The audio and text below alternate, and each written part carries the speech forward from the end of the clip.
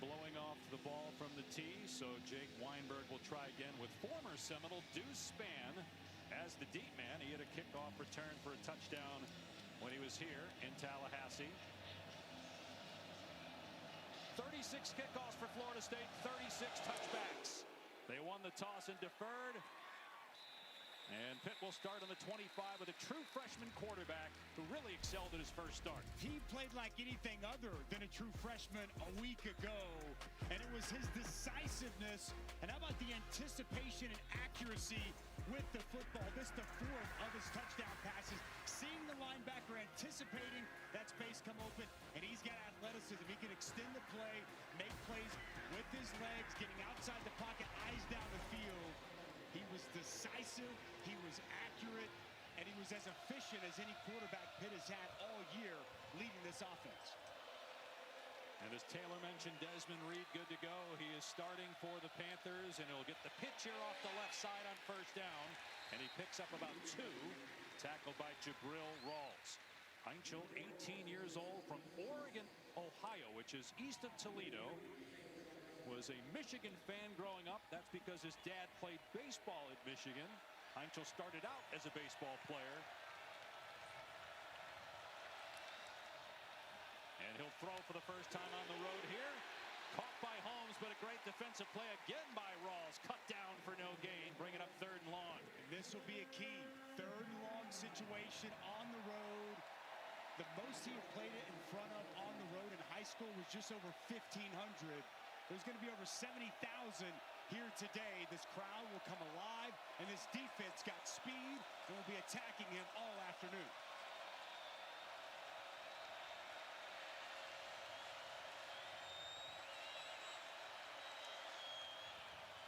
Facing a 4-man rush, Heinchel steps up. Nice juke, and he lunges, but comes up short of a first down. Elijah Herring dragged him down. It is 4th and 1, and Pitt keeping its offense on the field here inside its 35 for 4th down. Boy, this is a huge gamble early on for Pat Narduzzi. I expected to see the punt unit on the field. It makes a quick decision, and he's going to leave his freshman quarterback.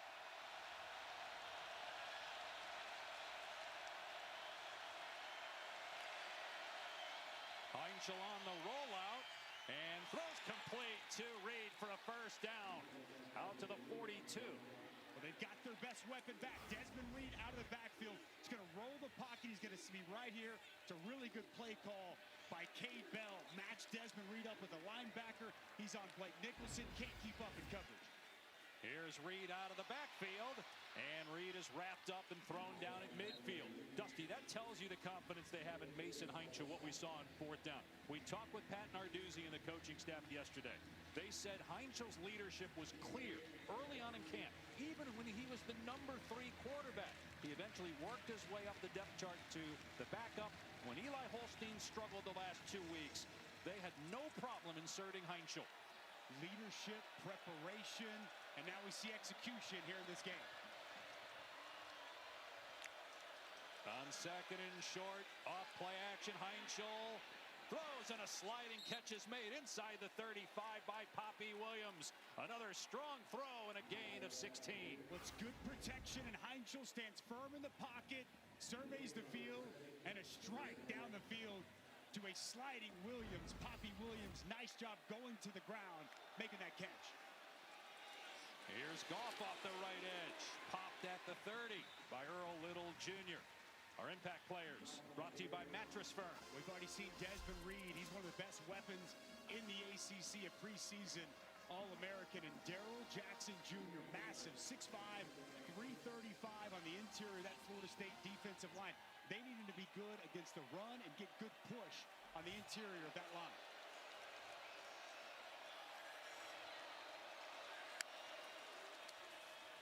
Heinchel with a late pitch, and the ball is on the ground. And the Panthers recover it. Justin Holmes saves Pitt from a disaster back at the 36-yard line. You said it, Dave. Disaster averted. And this is just a big mistake. You're going to see Goff work out. They're going to try to run an option. And he fakes it initially, and then he just pitches it, hits Goff in the back. Really well done by Holmes to get on top of that. But 3rd and long here A second time here in this first drive for Mason Heinchel. Florida State will rush 4. Heinchel sitting in the pocket, just going to check it down here. And down the sideline is Reed. Lowers the shoulder on Rawls, the center. Knocked out of bounds at the 25-yard line. And Pitt keeping the offense out there again. It appears to be 4th down and inches one more time. If you're going to go for it on your own side of the field, you might as well go for it on this side of the field. How about Desmond Reed's impact already out of the backfield? He ran past Elijah Herring like he wasn't even there. And then powerful there at the end as he lowers the shoulder and picks up that additional yardage. They threw it on 4th down on the first attempt. We'll see if they run it here with Reed in the backfield next to Heinchel. Now it's another pass play. Now Heinchel steps up, got the first down, and finally brought down at the 20-yard line. 2 4th down conversions on the opening drive for the Panthers. Watch the tight ends on the left side of the offensive line. Jake Overman, Justin Holmes both cave this down, and it's going to allow Heinchel to get to the perimeter and get to the edge. Surveys the field, the tight ends cave it down, delayed quarterback draw, executed once again very well. Boy, you don't typically see a true freshman go on the road and the trust on 2 4th downs here on this opening possession. And 5 of 5 passing.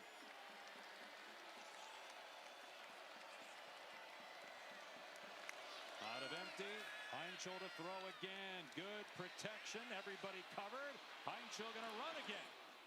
And wisely slides for a gain of a handful down to the 15-yard line. This opening drive could not have been scripted any better for Cade Bell. And guess what? He doesn't script it because he doesn't script anything. Whether it's in practice or in the game, the young offensive coordinator at 32, everything he calls off field and everything he's calling is working here so far. And Heinchel in trouble here. Got back maybe to the line of scrimmage before he's taken down by Stephon Thompson. You mentioned Cade Bell, the OC. He was the guy that convinced Pat Narduzzi, the head coach, to sign Heinchel coming out of high school. And a big play for the quarterback here on 3rd down and 6. Trying to get into the end zone here on a drive that's taken 6.5 minutes so far. We've not called to Kenny Johnson's number yet. Last week, he was virtually unguardable for this Pitt offense. See if they look to 2 here on 3rd down. Johnson 9 catches last week in the win over BC. Heinchel again with time. Everybody covered again. Heinchel is brought down short again. Does Pat Narduzzi roll the dice one more time? Offense staying on the field. 4th down. No doubt the mindset very clear here for Pat Narduzzi. Going to be extremely aggressive as he is after a touchdown here on this opening drive. Boy, it feels like, though, you've got him twice. Maybe you've had a 7-minute drive. You make sure you get points here and kick. No? Not the mindset. I think he knows we're going to have to come in and score and be aggressive against Florida State. He's going to call a timeout here. We'll see if he changes his mind. It's been a gorgeous opening drive engineered by the 18-year-old freshman quarterback in his first road start. Already 2 4th down conversions. 4th and 1 more time when we play 14 of a 7-minute and 20-second drive to start the game for Pitt. The offense remains on the field for 4th down once again, and they have Goff in as the Wildcat quarterback. And actually, it's Deuce Spann that gets the snap, the former Seminole, and he is very close to the first down at the 10-yard line. It is another Pitt first down. It'll be 1st and goal for the Panthers. Well, Deuce Spann was excited to get back here and play against his former team, going Wildcat with him. Goff gets a key block, and you'll see Spann just follow him. Really good job by the running back. Undersized 195, gets a key initial block right there in the hole on Omar Graham, and just enough for Spann to pick up a 3rd, 4th down on this drive. 9 rushes, 5 pass plays. And now Turner in trouble in the backfield, able to break a tackle inside the 5 and into the end zone. Touchdown Pitt. What an opening drive for the Panthers on the road in Tallahassee.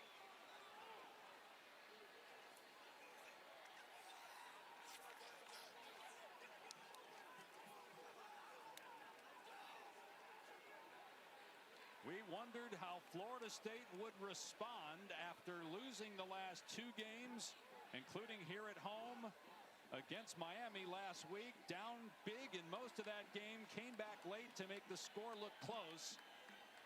Defensively, they let Pitt, with a true freshman quarterback, march right down the field and score on the opening drive.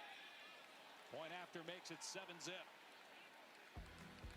Well, what a play by the true freshman, Turner.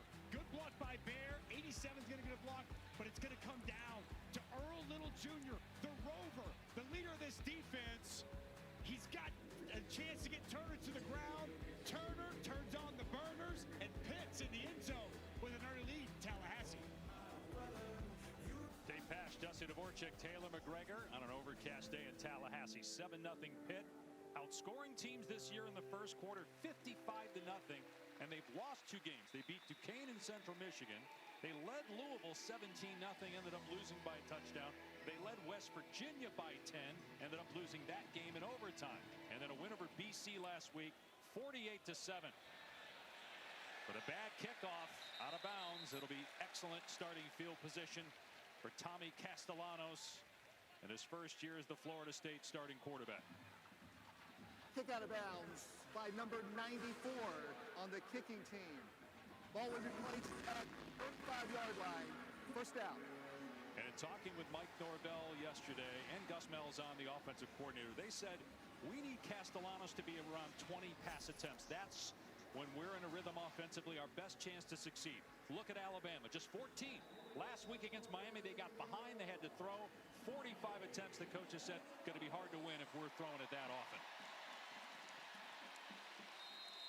Gavin Sawchuk, former Sooner, is in the game at running back, and we have a flag before the first snap on offense for FSU. Illegal snap by the center. 5-yard penalty. First down. Luke Pettibone commits a penalty for Florida State before they even have their first snap. And he's been their most reliable, best offensive lineman for this group so far this year. This group a little bit different as Micah Pettis out. He got banged up a week ago against Miami. Jacob Rizzi will start at right tackle, and Adrian Medley will stay at right guard. We already talked about Pittman's injury, so they got a lot of guys out. Castellanos trying to find some room to run, and he gets about 4 before he's brought down by Lovelace. As we look at our road test, brought to you by Goodyear. Florida State, excellent running the ball. Pitt, excellent stopping it. Well, it's good on good. And Gus Malzahn coming to Florida State, rejoining with Mike Norvell. It's been an infusion with this rushing attack, and Pitt, one of the absolute best, creating negative plays and stopping the run. Sawchuk gets the pitch, and off the right side, finds the 40 for a 6-yard gain to put him in third manageable, third and about 5. This Pitt defense, they bring a lot of pressure, a top 10 pressure rate team in college football. It's Kyle Lewis down on the field, preseason All-American linebacker for Pitt. Sorry, Rasheem Biles, not Kyle Lewis. Biles equally important. Yes. In fact, the Pitt coaches say that Biles and Lewis and Lovelace make up the best linebacking core they've had under Pat Narduzzi, and this is year 11 for him. And he and Rasheem Biles has taken a huge step in the most productive of these linebackers so far. And they've got all kinds of injuries at defensive end. They really don't have a lot of depth. They don't match up great in terms of size against Florida State. Another reason why they can't lose a great player like Biles.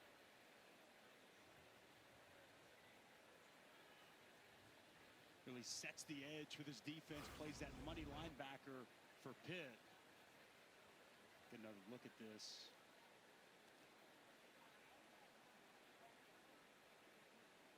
And you see there the ball carrier Sawchuk made contact with the leg as he rolled over.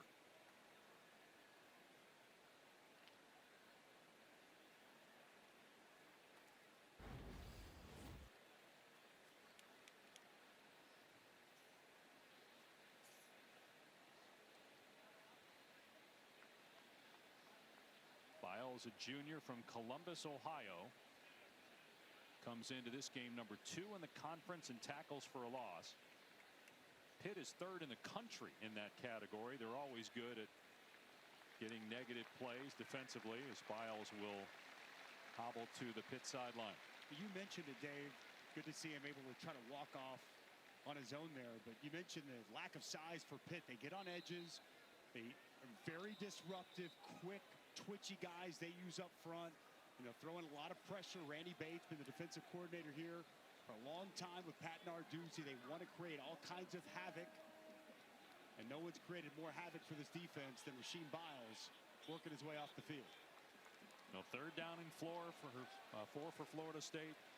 Tommy Castellanos, we already saw him run on first down. Picked up 1,100 rushing yards 2 years ago when he was at BC.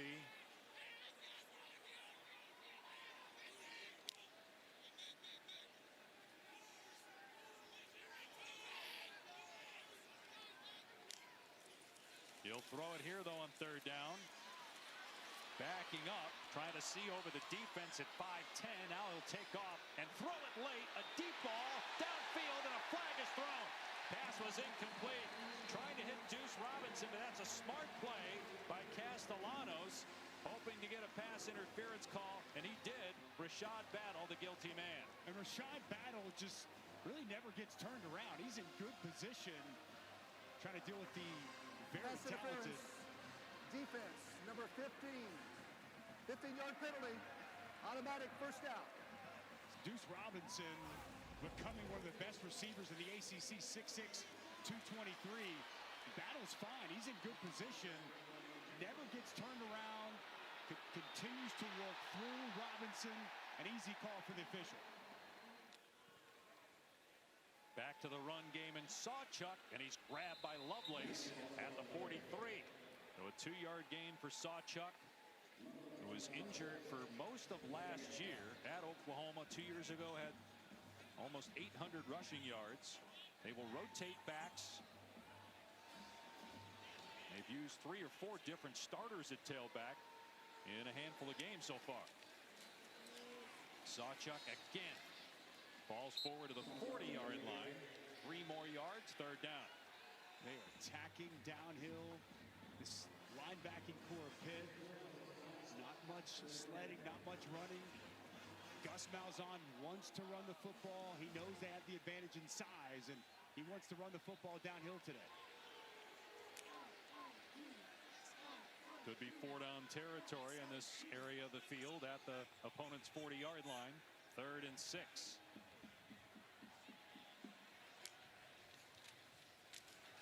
Sawchuk up the gut, gets the first down and more, spins out of a tackle.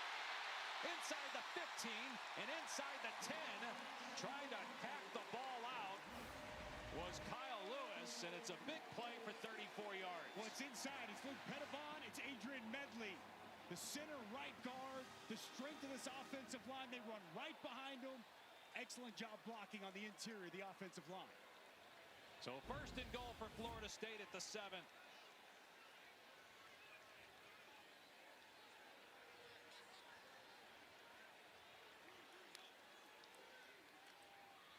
Castellanos will keep it. He stumbles and then gets drilled at the 1-yard line by Lovelace and Lewis. It'll be 2nd and goal. Florida State trying to get to the line and snap it quickly.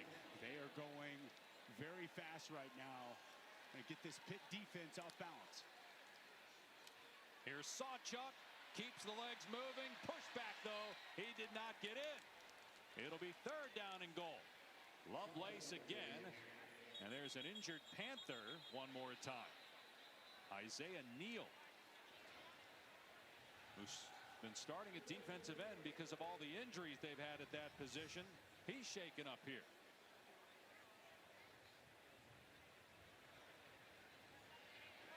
Better after he was down for a while, tried to get up, hobbled a bit, but now moving well. Florida State, as they look at Rasheem Biles as well on the Pitt sideline, facing 3rd and goal from inside the Pitt 1. Holmes checks in at running back. Bigger body back, right around 220 pounds. And they'll put Castellanos under center here, and Holmes takes the pitch, and it's going to be close. No signal just yet. Now there is. It's a touchdown for Florida State.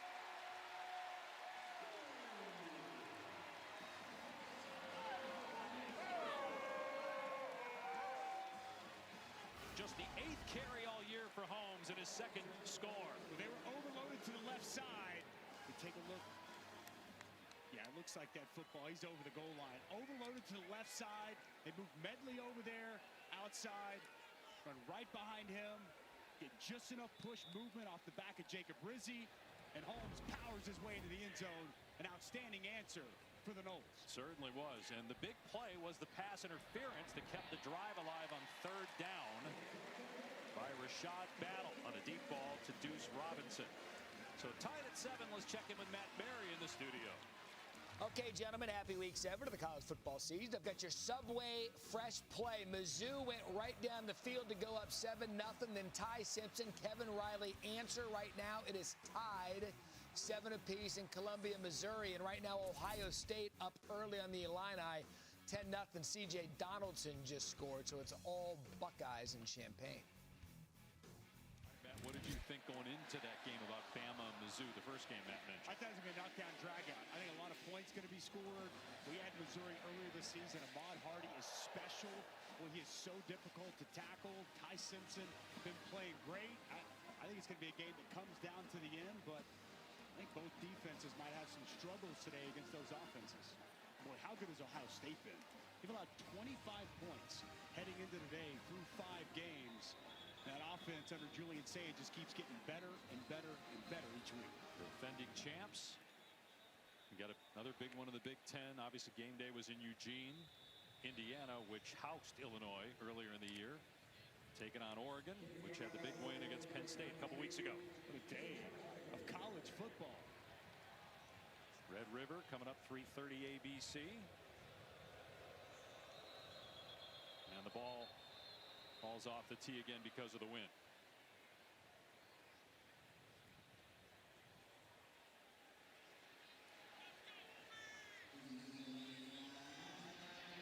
Weinberg will boot it deep to Deuce Spann.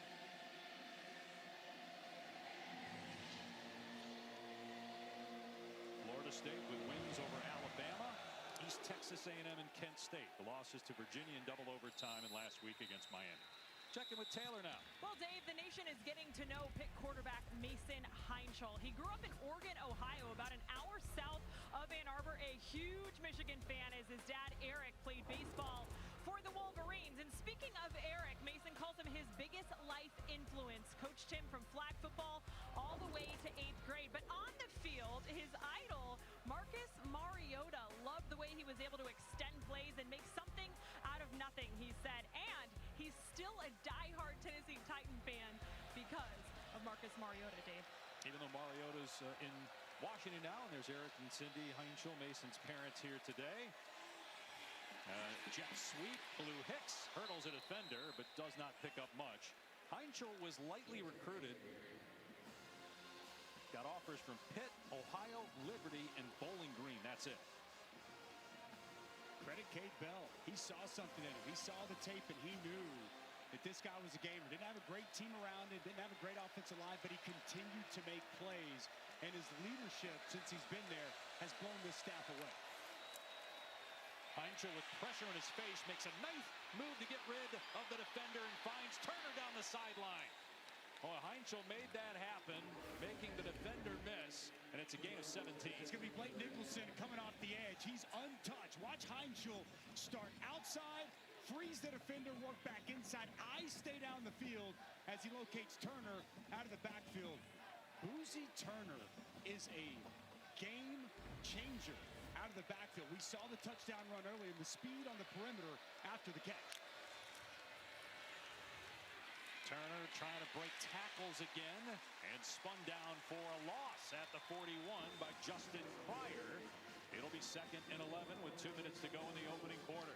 They need more of that from Justin Pryor. This linebacking core, they rotate a lot of guys. They're interchangeable, but the leader of this linebacking core is Justin Pryor. Goes by Juice, son of a coach, and the team leader. Heinschel climbing the pocket, and oh, he had Turner wide open down the sideline, but a misfire. Otherwise, he might have taken it in for a touchdown. Would have had just one defender to beat. Boy, Heinschel is going to look at this and be very upset. We're going to see the wheel route outside. Nobody stays with Turner, just wide open. Heinkel a little bit too much on this pass. If he puts it on the numbers, it might go for 6.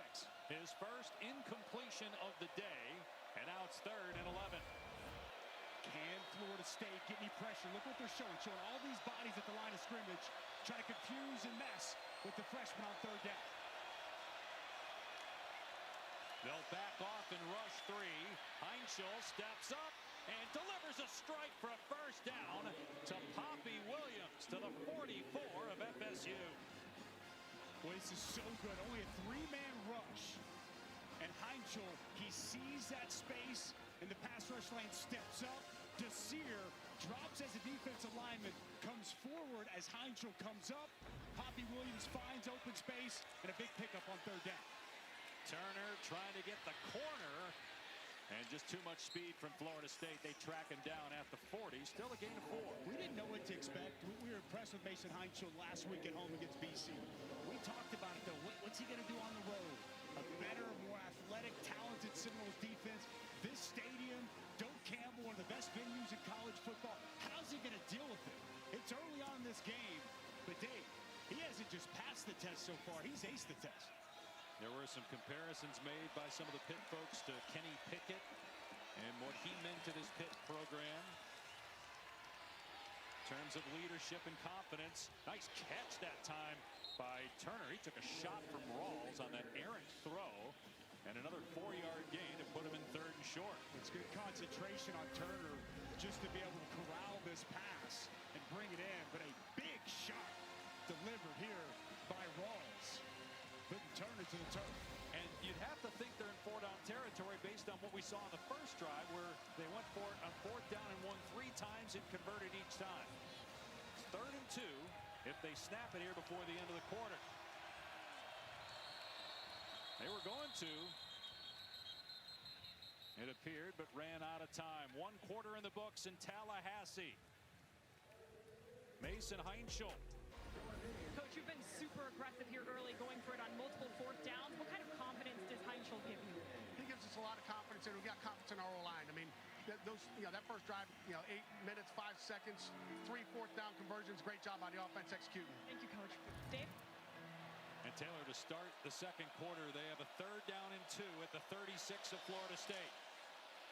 On the option, it's a shovel pass to the tight end Overman. First down to the 24 for a gain of 12. I love the play design here. Very well done. Little shovel pass, pull the guard to get out in front and bring the tight end across. Well set up. Just Reed working outside, draws the attention of the defense, and flip that back inside for a nice 3rd down pickup.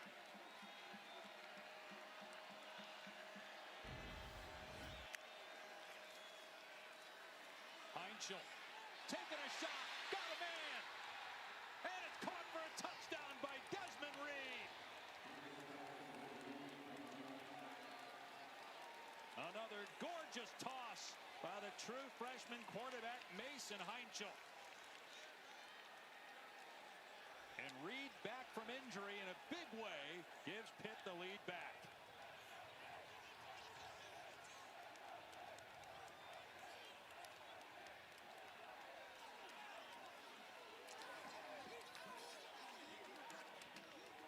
Fifth touchdown pass in Heinkel's 2nd start. Reed, who's an excellent receiver out of the backfield, gets his first receiving touchdown of 2025 after missing the last 2 games due to injury. And Butkowski makes it 14-7 Panthers. Well, Desmond Reed is a weapon, one of the best weapons in the ACC and in college football, and he gives confidence to everybody. We're going to see a little motion and him work out, and they know they've got the matchup.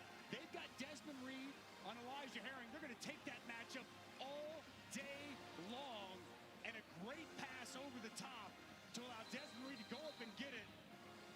And a 2nd touchdown on as many drives with this Pitt offense, and Mason Heinkel, 10 of 11, 116, and that touchdown showing some fire and showing some unbelievable moxie here today on the road against Florida State. It was not an easy decision for the coaching staff to bench Eli Holstein. He won a lot of games for them. He was 7-1 last year before he got hurt as the starter. And Pitt started 7-0, lost the rest of their games. But they felt the true freshman had earned the right to be given a shot against BC last week. And what a great call by the coaching staff. They said it was the players. They said that they knew from the teammates of Mason Heinschel that he was the guy and that they believed in him enough to take the risk to make him the starter last week. Yeah, even talking with Kyle Lewis this week, defensive guy, said he felt it, he knew it. And as a third-string quarterback, what I love, Dave, the stuff that we don't see that the coaches tell us about. Mondays, first quarterback in the facility. First quarterback. When he was the third-string quarterback, Mondays he'd be there 8 a.m. to 5 p.m. because he had a 6 o'clock class. He prepared like the starter even when he was third string. Players see that. Players feel that.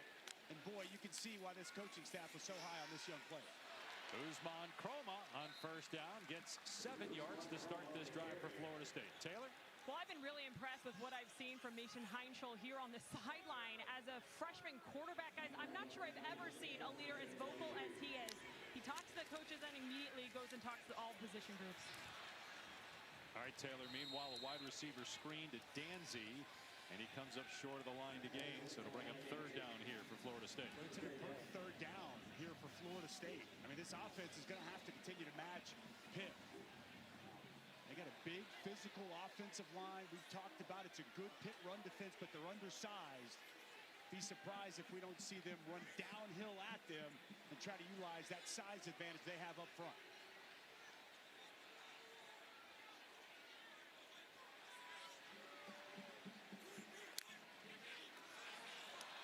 Castellanos may not have been ready for the snap. Throws a deep ball into traffic. Knocked away, but another flag.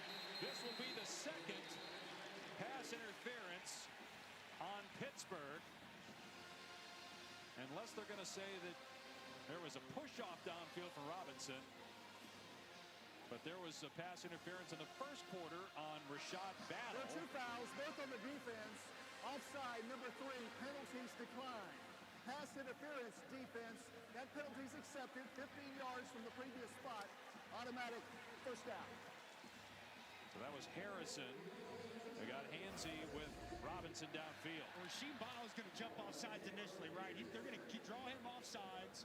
And so Thomas Castellanos knows I got a free play. Take a shot downfield to my big target. And it draws the 15 yards. Second time now on third down. Pass interference against Pitt down the field on passes to Deuce Robinson. And an easy call. You saw the arm hook there from Harrison committing the penalty. Back to the ground game. And Isaiah Neal, who's back out there after getting banged up at the end of the first quarter, makes the hit on Sawchuk. Gain of 1. I was impressed watching Isaiah Neal on film. You know, he plays D tackle. They had to move him out to defensive end.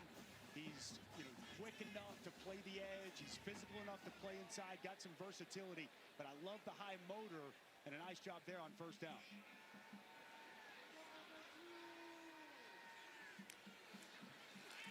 Blitz coming. It's picked up. Castellanos finds a man. It's caught on the sideline by Robinson, just short of a first down. 3rd and 2.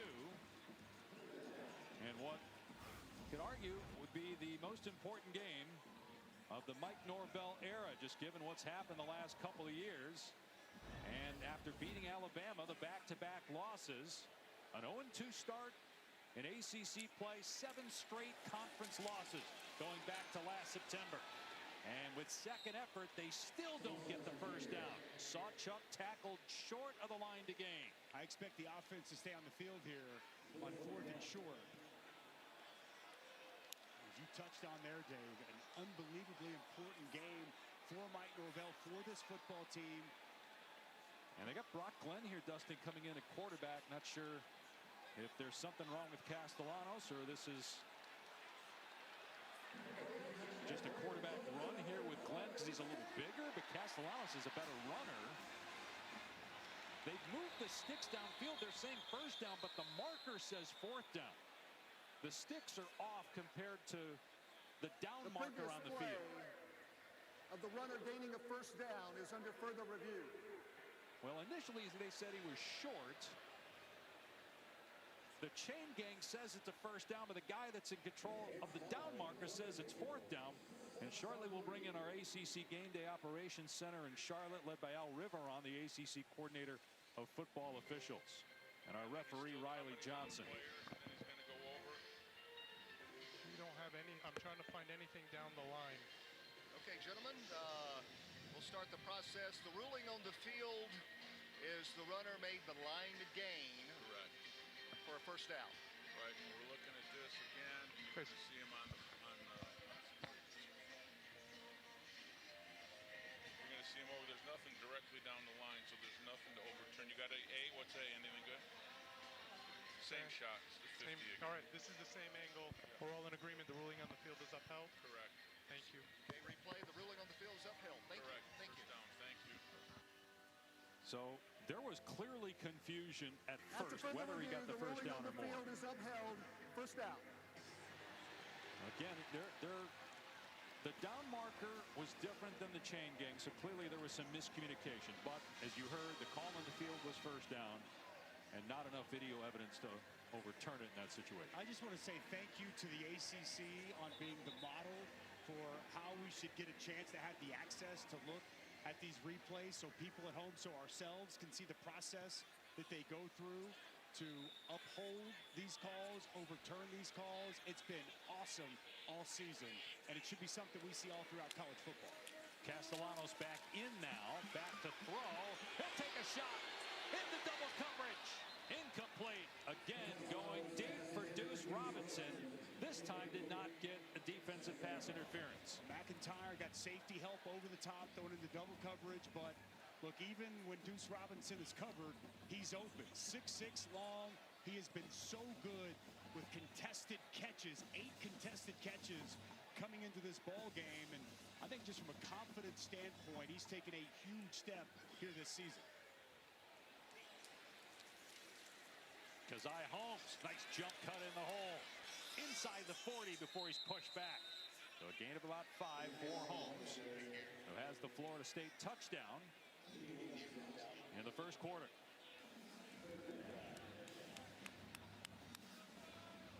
Deuce Robinson checks back in. Near side of your field. The go-to guy for Tommy Castellanos. He's been targeted 4 times already if you include the 2 deemed PI calls on Pitt.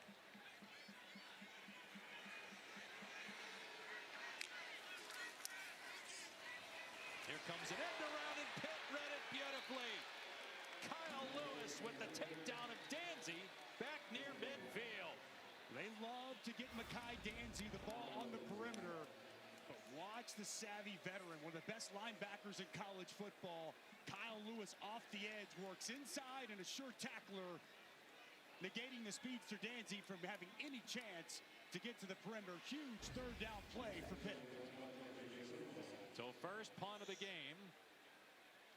Max Chiamento punted 4 times last week after just 4 punts in his first 4 games.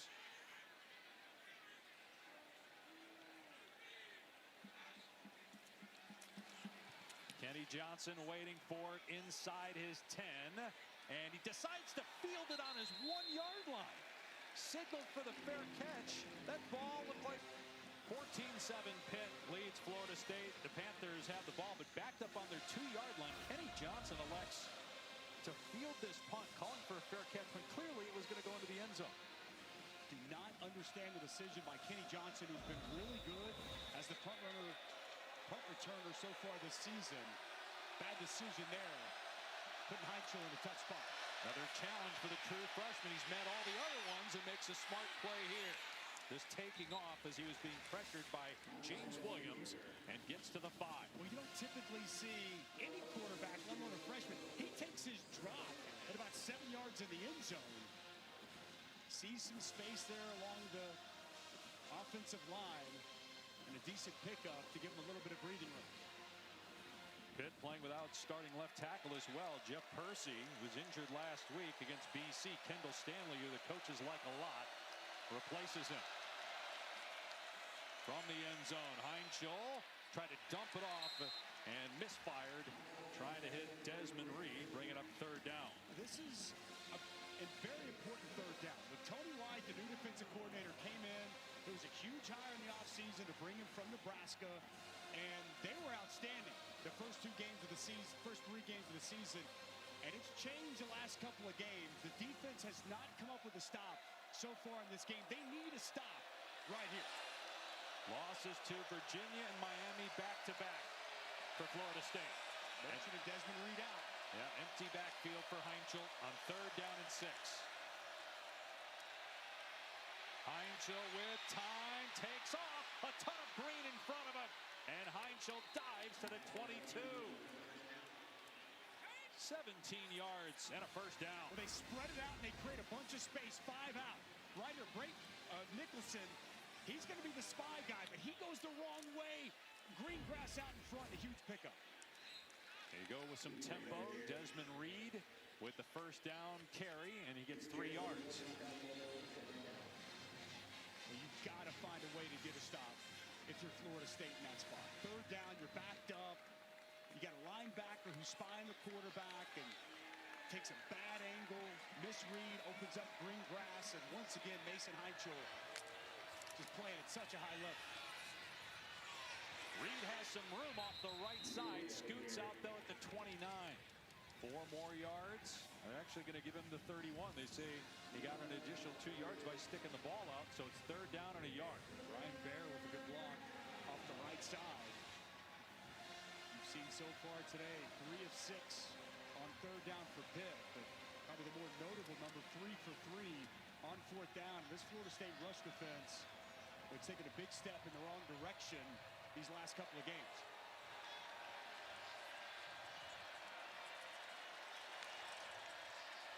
Blitz coming up the middle. Heinchel sacked back inside the 20-yard line. Mandrell Desir and Jiz Cryer get to the quarterback.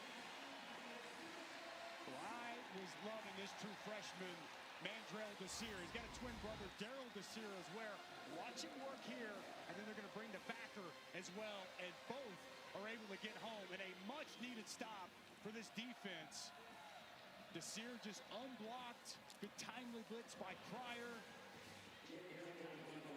Got to have a play for Florida State's defense, and they come up with a big stop. Jogo just got the punt away. Florida State was awfully close to blocking that. Lucas backed away, and it takes a sideways bounce, and Pitt will down it around. Well, Florida State got some incredible news this week. Freshman linebacker Ethan Pritchard, who 6 weeks ago was shot in the back of the head while driving his aunt home. Police say it was just simply a case of mistaken identity. Pritchard released from the hospital. He'll continue his recovery at a rehabilitation facility. The President of the United States, Donald Trump, reached out, sent a letter to Ethan and his family saying your courage reflects the power of the human spirit. Your tenacity is an inspiration to so many. Hope you find comfort in the love of family and friends, and you'll be uplifted by the abiding strength and support. Florida State with the ball. Chrome on first down. And he gets back to the line of scrimmage, and that's it. With more on Ethan Pritchard, let's check in with Taylor. Dave, Coach Norvell told me they rearranged everyone's schedules to make sure the entire team could be there when Pritchard left the hospital. He described that moment as incredibly moving. It's been really hard for this Florida State team in the middle of the battle of Pritchard, and they've been FaceTiming with him nearly every night, so a huge special moment yesterday. Yeah, and this pass is dumped off near midfield for a first down to Marquiston Douglas. Ethan's father talked this week openly about how great Mike Norvell has been, checking in every single day with Ethan and his family. It was just such an unexpected tragedy and great news to see him get a chance to go home. Castellanos ran into his own man twice and then finally gets tackled and fumbled the ball. Jimmy Scott was the man that forced the fumble.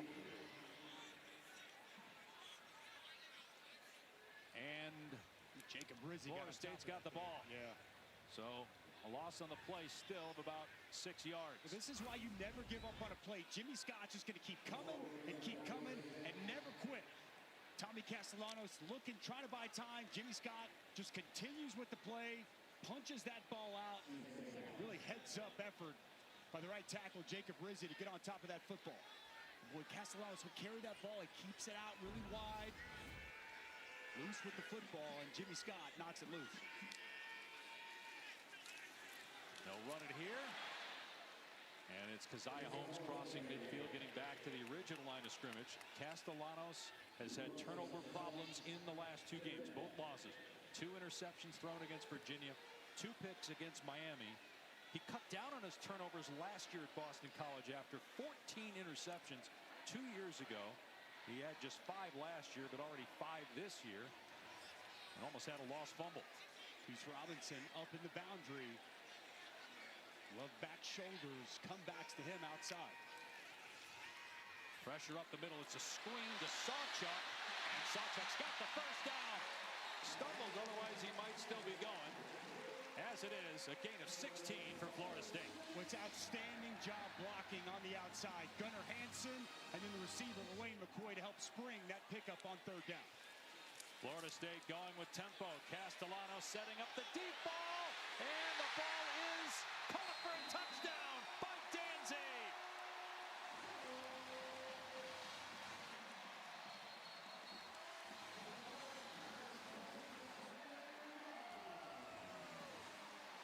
Akai Danzy with his first receiving touchdown. He's got 3 rushing scores this year, and a point after away now for Florida State to tie the game.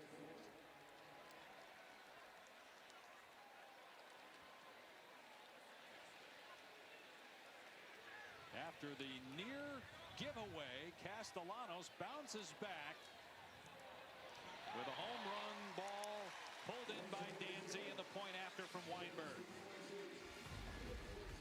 Well, the speed of Danzy we talked about earlier. He's going to be a deep post, and watch this safety, Marquez. He's going to look inside, going to get caught up with the underneath route, takes 1 step inside, opens up that post, and a dime delivered to tie this thing up. Temperature in the mid-70s for Pitt and number 25 Florida State were all tied late in the first half. Beautiful day, beautiful stadium. How about the renovations, Dave? They've done a great job here at Doak Campbell Stadium. Looks awesome. We had a chance to go check out the new football complex. It's about to open up. They have really upgraded the facilities. It is a special place here in Tallahassee around this Florida State program. Wind blows the ball off the tee for a 3rd time. Maybe you can run down there and hold it for him next time. I bet you'd make a perfect kicking holder. That was about all I was good for as a football player. Hey, you got to be good at something. You know, everyone's got a role. It's a necessary skill on a windy day on the gridiron. That's right. Another touchback for Florida State. Here's Matt. All right, guys, AT&T Multiview, which is keeping fans connected. A look at the noon window. Focus your eyes on SEC Network lower right. Washington State is up on Ole Miss 7-0. And Alabama's extended their lead against Missouri, although the Tigers with the ball. That on ABC. Along those lines, Matt, let me ask you, Dusty, how convinced are you that Ole Miss is a national title contender? I'm not there yet. Look, I think the Trinidad Chambliss story has been awesome, incredible, from Ferris State to now the starting quarterback. But I think when you look at that schedule, there's some potential road mines up ahead. I think they get past Washington State today, but Georgia, Oklahoma coming up soon is going to really test them. And here's a little trickery, a flea flicker. Heinschel just has to check it down out in space to Williams. And he stiff arms the defender. And it's a gain of about 6 on 1st down. Well defended down the field. They wanted to try to see if they could catch Florida State sleeping on the flea flicker. And you're going to see, go ahead and roll it, guys. Just good coverage down the field. They got 2 receivers down the field vertical. You see right here, both guys getting good coverage.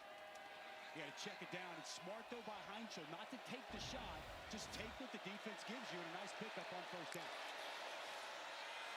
They run it, and what a play that time. Backside by Jabril Rawls on the tackle of the running back to bring up 3rd down. Here's Taylor. Coaches have to be pleased with that because the conversation on the sideline, Dave, is how do you better stop Desmond Reed? And the message is you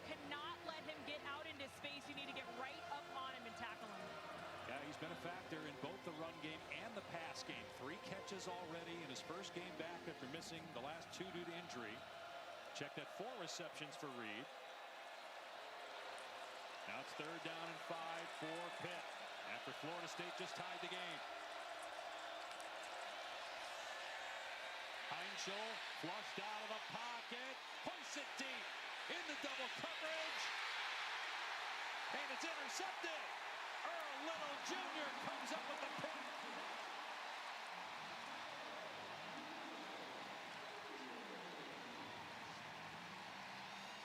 Heinschel's first career interception and the 2nd of the year for Little.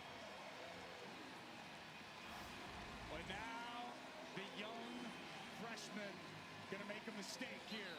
Rolling to his left, taking a shot. Earl Little Jr., that center field safety, reading the quarterback, mirroring him, and going up top, high pointing this football, and getting a big takeaway for this Noles defense. Excellent job by Earl Little Jr., who was looking for a bounce back spot. Didn't have his best game against Miami. Early on the opening possession, we saw him miss a tackle, but a big takeaway here, and Florida State a chance to regain the lead. Sawchuk on the delay, in trouble in the backfield. Nice play by Biles, who's back out there after being injured earlier. And now a late flag is thrown. You mentioned the mistake by Heinschel. He had only one real mistake prior to that. That was on a bad pitch that, luckily for him, was recovered on the ground by an offensive lineman. Personal foul, unnecessary roughness offense. Number 0, 15-yard penalty, actually half the distance to the goal line. The down counts, 2nd down. Deuce Robinson was getting into it with Biles. That'll back Florida State up inside its 10. They always find the last aggressor. I think it actually might be the 15 battle. Kind of pushing and shoving back and forth. Late, at the very end of this play. It's going to come in. Battle's going to give him a little shove, and Deuce Robinson is nothing egregious. Till the end. Love tap there on the face, draws the flag.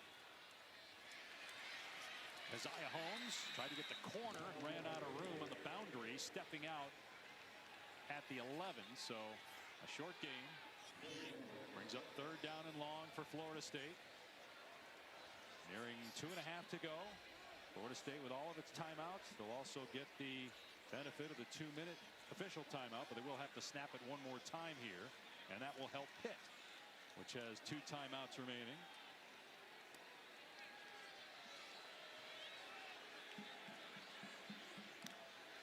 Castellanos, wide receiver screen to Danzy, who had the touchdown catch, and he gets dropped at the 16-yard line by Neal to bring up 4th down. They're going more to the screen game. Last possession, there was 2 screens that they utilized. They go back to it, but the Pitt defense ready and comes up with a stop on 3rd down. Just a little something, Dave Pasch. What was your record against Texas? 3-1. Can't believe you lost that game. Hey, Vince Young.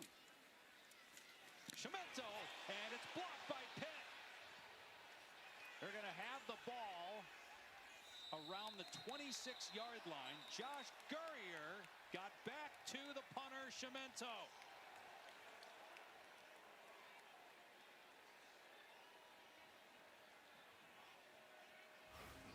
Boy, he just comes scot-free, Dave, right here, up the gut.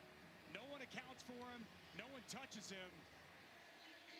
And boy, right here before half, Mason Heinschel is going to get a chance to operate in prime real estate. Just a bust and a breakdown. Protection of that punt.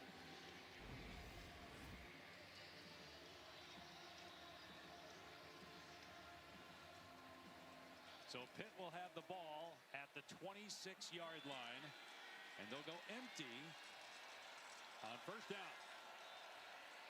And that's Reed, the motion man, and that's where the ball's going. Reed gets popped at the line of scrimmage. Maybe a gain of 1. So we got a timeout. Dave Pasch, Dusty Dvorak, Taylor McGregor. And if You're Mike Norvell and Pat Narduzzi. You've got to be pleased offensively because you've gotten what you wanted from both of your quarterbacks. You got Castellanos not having to throw the ball.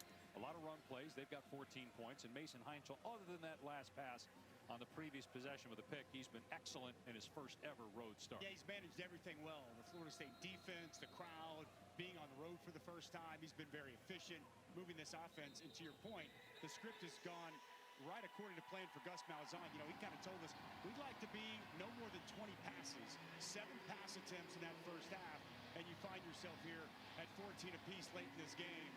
After that block punt, though, boy, it's important if Florida State could come up with a stop here and at least force a field goal attempt. I think it'd give them a lot of momentum going into half. They get the ball coming out in the second. And they want the ball again here in the first half because they just used one of their timeouts to stop the clock.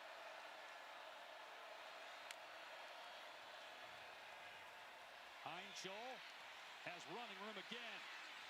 He throws the defender downfield, and that allowed him to get inside the 20. A gain of 7. Third down coming up. We've got another timeout first. Well, this is just smart by Mason Heinchel. Big space opens up on the left side. This offensive line is a 3-man rush. And as he is the top of his break, you freeze right there. Look at all that green grass out in front. He sees it. He's going to pick up. Nice chunk. Set up third. Very manageable.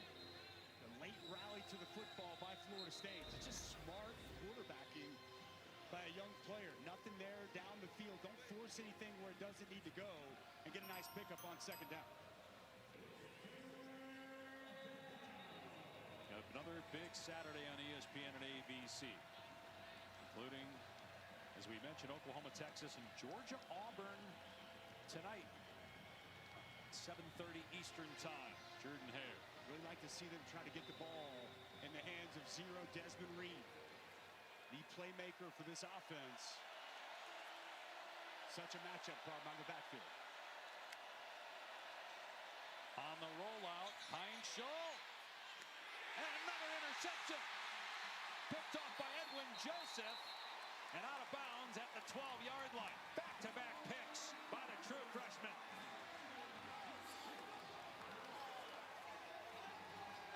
You cannot do this if you're Mason Heinchel. This is well covered down the field. He's trying to get to 3. Blue Hicks. Just excellent coverage in the end zone by Edwin Joseph. He undercuts this route. And a massive, massive interception for Florida State. You saw Kenny Johnson, the underneath receiver, fall down as well, but it did look like the ball was going to that deeper receiver. And Kenny Johnson, he was running it out, and he broke it off and tried to get vertical, but Mason Heinchel was locked in on Hicks, and just an outstanding individual play by Joseph. One timeout left and a minute 26 seconds to work with. Florida State from its 12. Castellanos. Everybody covered. Long throw. And it's Danzy again making the catch and breaking free. What a great job by Danzy getting away from 2 defenders and a gain of 23. Well, Danzy is maybe the fastest player in the ACC. The ACC 400-meter record holder with 44.38. If he gets out in open space, we saw him hit the vertical shot in the deep post earlier, and once he eluded that tackler, boy, he is dangerous. Got out of bounds inside 2 minutes. Clock does not run until the snap. Catch is made by Deuce Robinson, brought down at the 39. Gain of 4. 1 timeout left for Florida State. Now Robinson shaken up. That'll cost the Noles their last timeout with 1:02 to go. Deuce Robinson, who's been their best receiver. About 23 passes on the year coming in. He's a legacy player. His dad Dominic played here at Florida State.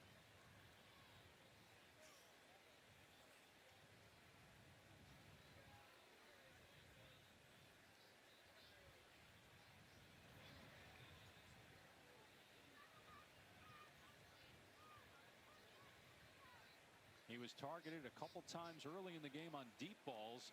Both times Pitt committed pass interference to keep the Florida State drive going. We had a chance to talk with Deuce earlier this week, and such a delightful young man. You could tell just so excited to be here. Was praising Gus Malzahn, how much he's learned, how much he's grown this year. the confidence he's playing with right now. Just hope that this isn't any kind of major injuries. Such a big, important piece of this Florida State offense, and just a player that's continued to get better and better. And trying to walk it off under his own power here. You hear Deuce chants from the crowd at Doak Campbell. He's got a pro body, 6'6", 223. Marquez comes in, catches him right on that right leg.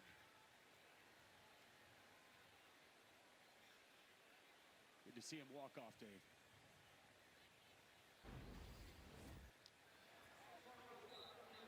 Player that qualifies for a 10-second runoff. Game clock operator, let's put 1:03 on the game clock and remove 10 seconds. Set it for 53 seconds, and it will start on my signal. So electing not to use the timeout there to avoid the 10-second runoff, rather keep the timeout and lose the 10 seconds because of the injured player. With the clock stopped, 2nd and 6 now at the 39. Castellanos has to step up and take off. And he's tackled close to the line to gain at the 44-yard line.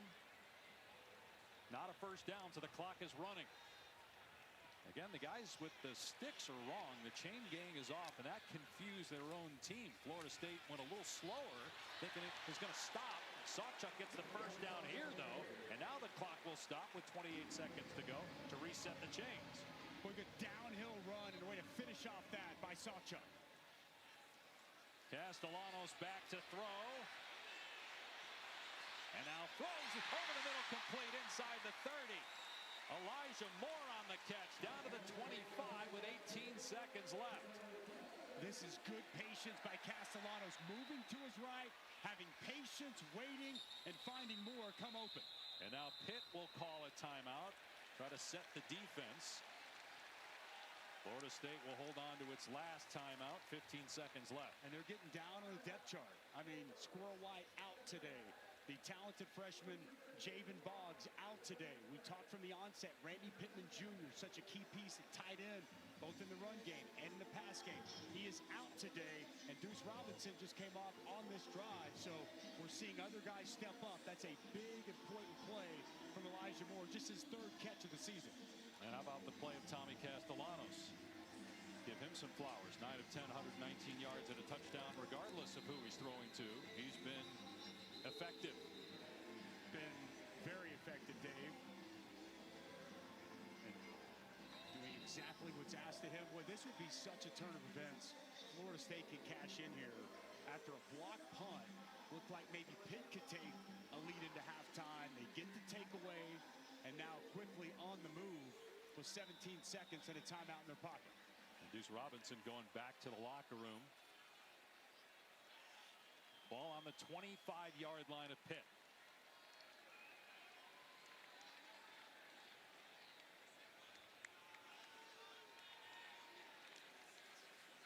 Four-man rush. Castellanos lobs it and just threw it out of play. Don't think he was throwing it away. Looked like a miscommunication with a receiver. 12 seconds to go here in the half. Elijah Moore is going to run a post, and clearly miscommunication. Tommy Castellanos thought he was going to break an out-cutting route. And just receiver quarterback on 2 different pages. Their kicker, Jake Weinberg's long this year is 45. He's not allowed a kick return this year. He's got plenty of legs, so they're definitely in field goal range for him. From here, about a 43-yard attempt. Pressure off the edge. Castellanos trying to avoid the sack and throws it up for grabs, and it's caught for a touchdown. Landon Thomas bails out Castellanos to put FSU in front with 6 seconds to go.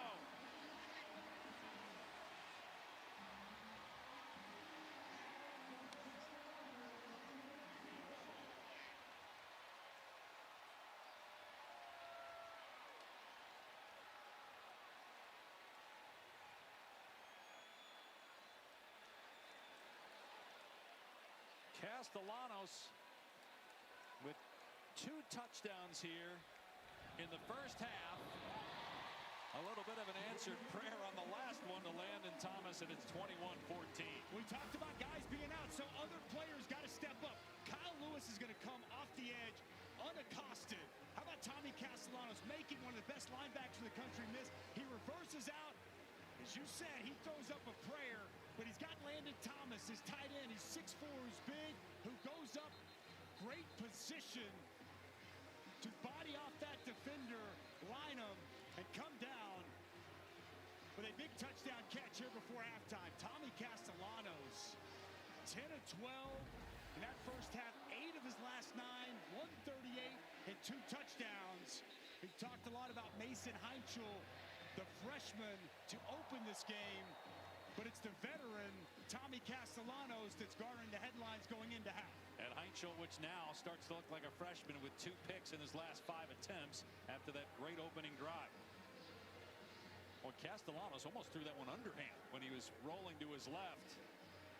And again, it looked initially like that was just a jump ball, but as you said, Dusty, great position by Thomas. No Randy Pittman, their top offensive player today, tried to warm up. He couldn't go. He got hurt last week against Miami. And Thomas, 1 catch all year before that one. And that's what you have to be. If you're Mike Norvell and you go in, you think about what you don't have today. Yet it's the next man up mentality. Coaches say it, we talk about it, but it's another thing to go out there and do it.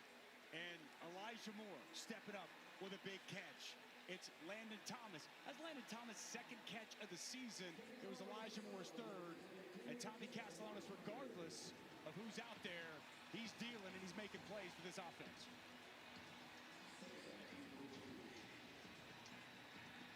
That's the response Mike Norvell wanted to see from his football team. He saw it in the 4th quarter against Miami.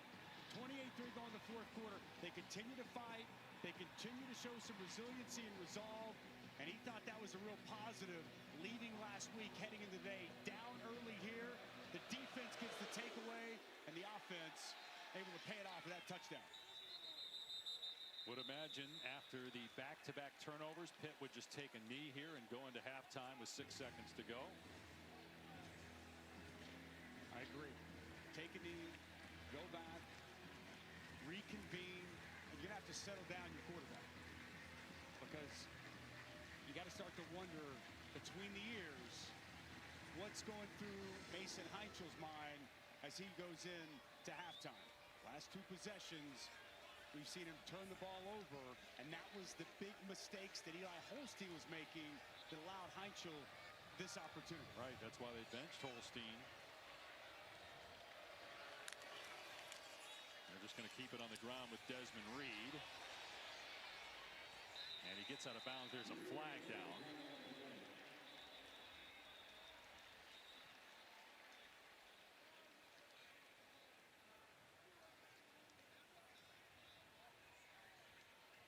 Holding on Pitt, and see if Mike Norvell just declines it. We go to halftime. Holding, offense number 87, penalties decline. So 14 unanswered points by Florida State here in the 2nd quarter to take a 7-point lead into the locker room, trying to end a 2-game skid and win their first ACC game since September 21st of last year. 7 straight conference losses, which is a Florida State record. So the officials are still on the field. They're going to add a second to the clock here. Get them back out. Get them back out. So Pat Narduzzi and half the Pitt teams in the tunnel are going to have to come back out and put 11 men on the field here for 1 more snap.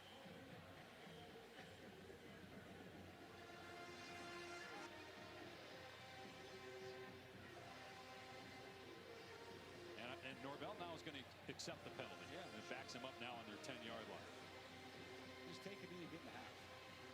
Surprised we didn't see that on the first down play. To get the ball in Des Reed's hands, see if he can make something happen, but instead get the hold and prolong this first half.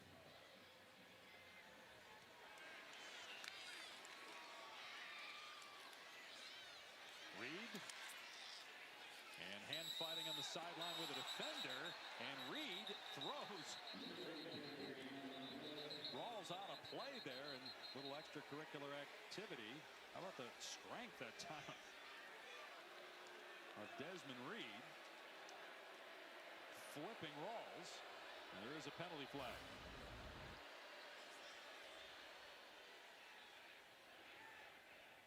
He's got his jersey. It didn't look like he had his face mask there. Just a strong play by Reed.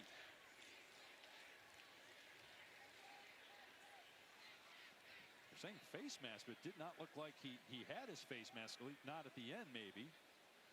Perhaps earlier on the possession. Now they're saying face mask the other way. Perhaps on both guys. Can we just go to halftime? You're just hungry. You just want your sandwich.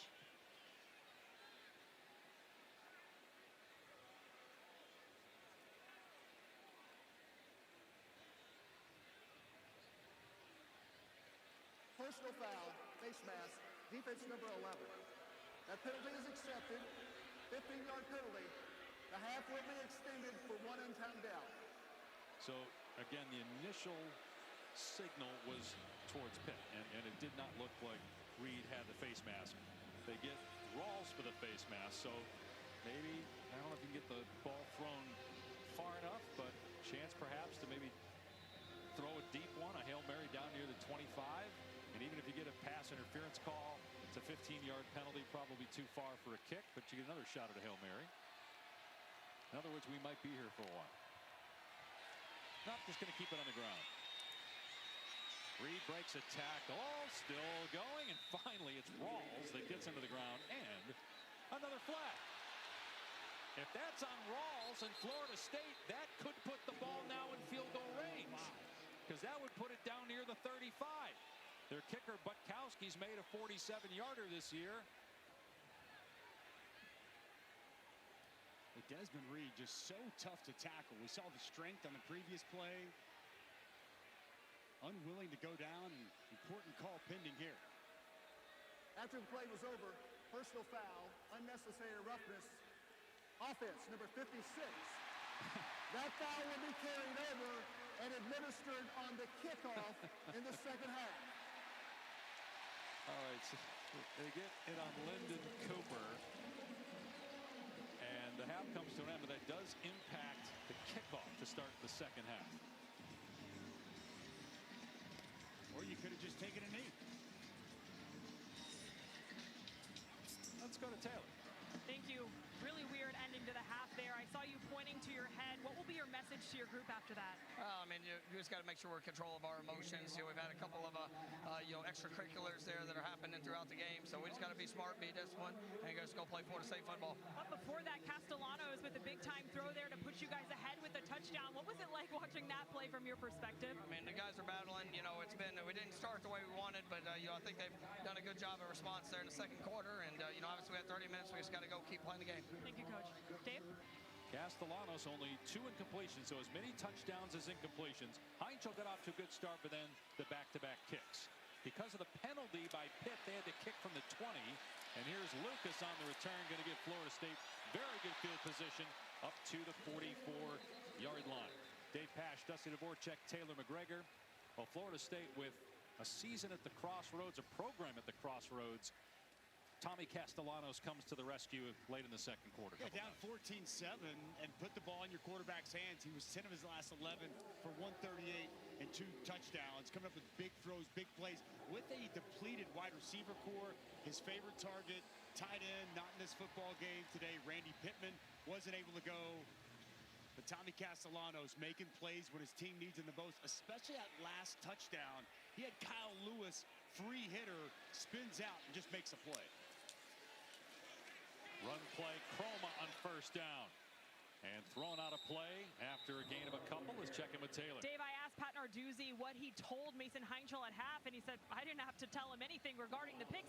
He actually came to me and said, Coach, I have to do a better job of protecting the football. And then defensively, he said, I was really pleased with the way we were able to stop the run, but he said we have to be better against bigger plays, and he flat out called out Kyle Lewis and said he should have made that play to prevent Florida State from scoring that touchdown late into the second quarter, Dave.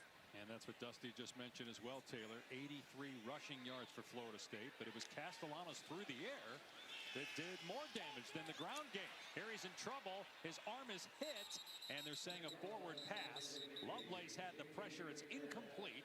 Third down and 9. Yeah, Lovelace kind of on a delayed blitz does a really nice job finding a crease. He's going to start here and then work his way back. Get this hit on Tommy Castellanos when he starts to deliver this pass. Really nice job by Lovelace, forcing the errant throw there by Tommy Castellanos. And Pitt's going to need more of that. They're in the top 10 in sacks, hits, tackles for a loss. Did not get a ton of pressure in the first half.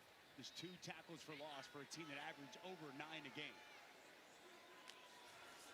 Castellanos to the air, in trouble again, and he's able to escape and finally goes down to the ground. Wow, some incredible moves as he juked several Pitt defenders. Eventually, they got him down, 4th down. Well, this is really good pressure, and coming from everywhere. Tommy Castellanos does a good job initially of avoiding the pressure. It's Lovelace once again on a blitz. Then he makes Biles miss, then he makes Neal miss, and ultimately loses his footing. And really good opening possession for Randy Bates' defense, and Pat Narduzzi likes what he sees. Cimento to punt. His last punt was blocked, but Pitt turned it over. Did not come away with points despite starting inside the Florida State 30-yard line. And the fair catch made by Kenny Johnson at the 15 after a 46-yard boot. Well, it was a dream start for the true freshman Mason Heinchel, making his first ever road start. It was a lot of good. With his legs, making defenders miss, keeping his eyes downfield. Great matchup here. Desmond Reed on a linebacker, delivers it up in the air where his guy can make a play, but then it's late. Just throws the football down the field. That one like a punt. This one can't happen. Red zone interception. It's 3rd and 2. Know the situation. He takes a shot. And it was an interception by Edwin Joseph. You know, Eli Holstein had 3 red zone interceptions. Part of what cost him his job. That a costly interception at the end of that first half, Dave. Desmond Reed runs the ball on 1st down and gains 7. And at some point, you knew Heinchel was going to commit a mistake. True freshman, you said it, first road start. He was near perfect last week. You just can't have them in the red zone there, and after he'd already thrown one when you're giving away points. But they are going to ride with Heinchel no matter what they told us yesterday. Even though Holstein has a lot of starts under his belt, even if Heinchel struggles, the coaches believe he's their guy. In trouble is Reed in the backfield, cannot get away from James Williams. A loss on the play of about 3. Well, James Williams going to play this perfect. Get in the backfield, make Heinchel make a decision on the inside Reed zone. He gives it to Desmond Reed, and James Williams all over it. Has really worked on that run-stopping aspect of his game. One of the better pass rushers for Florida State, coming up with a nice play on 2nd down. Florida State trying to end a 7-game ACC losing streak. Back-to-back losses this season. Had the win over Alabama, but losses to Virginia and Miami, trying to get their season back on track, and they give up a long play. Desmond Reed is free inside the 40, and they finally get to him at the 30-yard line. A big pickup, 3rd and 6, and it's a 49-yard gain. Well, they're going to motion him over and watch him just work in space. He's going to start out and work back in. The motion, they know this is zone coverage. Desmond Reed's going to do a really good job sitting down in that zone, that soft spot. Mason Heinchel wisely gets the ball to 0, and you see the speed in the open field after the catch. Over 100 receiving yards for Reed. He's a running back, and he did that 3 times a year ago. Now it's Boozy Turner, true freshman, who had a touchdown in the first quarter. There's a flag down as he is dropped after a pickup of 5.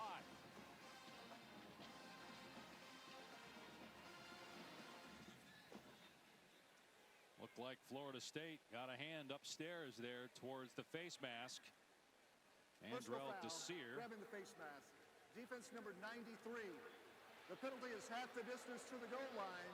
Automatic first down. True freshman Mandrell Desir. We saw him earlier with a sack in the first half. Right here, top of your screen. It's that right hand and the face mask of Coretta. Yeah, you had both, right? You had that player talking about, and then you had the tug at the mask of the running back. First down inside the 15. Pump fake. Heinchel in trouble, and he gets walloped back at the 16 for a sack. A.J. Cottrell. Loss of 3. But it's Lyons that really makes this play from the interior. Watch him work on the inside. He's just never going to give up on the play. It's a force inside to the 3-man rush. Good coverage down the field. Good job applying the pressure and getting Heinchel to the ground. Tony White, first-year defensive coordinator, spent the last 2 years at Nebraska. Syracuse before that. Second and 14. One-on-one coverage, a back shoulder throw, and it's incomplete. Kenny Johnson wants a flag for interference, but won't get it on Shamar Arnoux. Boy, Arnoux, there was a lot of pulling and shoving. Watch Arnoux work. They haven't called Johnson's name. I mean, he tugs the jersey and pulls back. I think Kenny Johnson, I think he's got quite the gripe there on that. I'm with you. That's a miss by this crew. Third down and 14. True freshman working out there, and Arnoux didn't just get the grab, but he also had a pull as Johnson went to the ground. Better locate zero. Desmond Reed is in the backfield. Heinchel in trouble, gets away from one man, keeps the play alive, throwing into the end zone for the touchdown. He finds Desmond Reed alone in the end zone. What a play by the true Frosh. And what a bounce back after the 2 interceptions at the end of the first half. Well, it's going to be McCray that's going to come clean. Very similar to the play we saw from Castellanos. The edge player is going to come clean. Heinchel feels this pressure, going to work away. Now watch Des Reed just continue to find space. Works to that open grass, and then Heinchel almost sidearm, flips it over the defender, and hits his running back in the back of the end zone. Castellanos did it in the first half, and now it's Heinchel dropping the arm angle. The point after ties the game at 21. Well, it was a rough wait in the first half for the true freshman, Mason Heinchel. An interception going to half, and a touchdown coming. Take a look at this last touchdown. Man-to-man coverage. Here's Edwin Joseph. He's going to be with Desmond Reed out of the backfield. But when Mason Heinchel steps up and then he gets to the perimeter, it's going to draw the safety's attention. Right now, watch, he's going to step up just so much. It's going to allow Desmond Reed to sneak to the back of the end zone. Heinchel finds him wide open, and a touchdown for Pitt. Heinchel's second touchdown pass of the day, 6th of the season. Touchback on the ensuing kickoff. There's a penalty flag, but let's first tell you about what we've got on Sunday NFL Countdown, 10 a.m. Eastern Time. All the breaking stories and previews leading up to kickoff week 6. And 2 Monday Night Football games.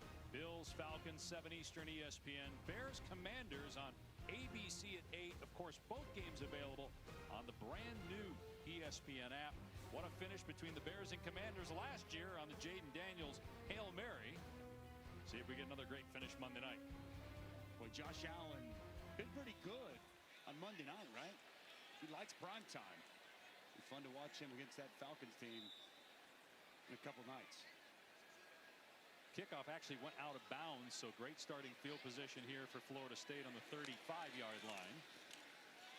And a pass play to start this drive to Danzy, who had a touchdown grab in the first half. Targeted a lot by Castellanos here today, and he gets close to a first down. They found success with the screen game. It's going to be outside, good blocking on the perimeter. A couple times it worked well in the first half, and a nice game there on first down. Castellanos again to Danzy on the screen. And a first down out to midfield. Do not see Deuce Robinson yet for Florida State. He got hurt at the end of the first half. Let's get an update from Taylor. Yeah, Dave, he is still in the locker room, and I am told he is questionable to return. So this Florida State receiving corps depleted in this game. Absolutely. And Randy Pittman, who's Their top tight end, really part of everything they do in the pass and run game, is out. Tried to warm up, could not go. Has not played in this game. Chroma trying to turn it back upfield. And Chroma's got first down. And the true freshman carries defenders with him.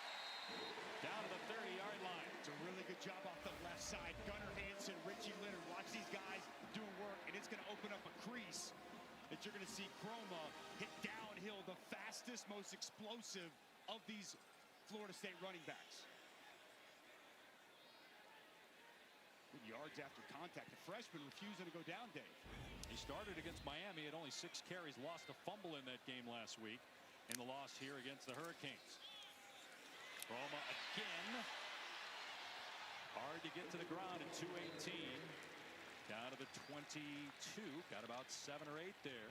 Florida State is playing 5 of its first 6 games at home. The one road game at Virginia, double overtime loss. They'll go to Stanford next week. Still has to go to Clemson and Florida in the rivalry game at the end of the year. Sidearm throw behind Jalen Lucas. And it's going to be close to a first down at the 19. Lucas, one of those players stepping in, going to play more receiver. We've seen a running back. They just like to get him the ball on the perimeter, on the edge, so elusive, and he gets enough to move the sticks.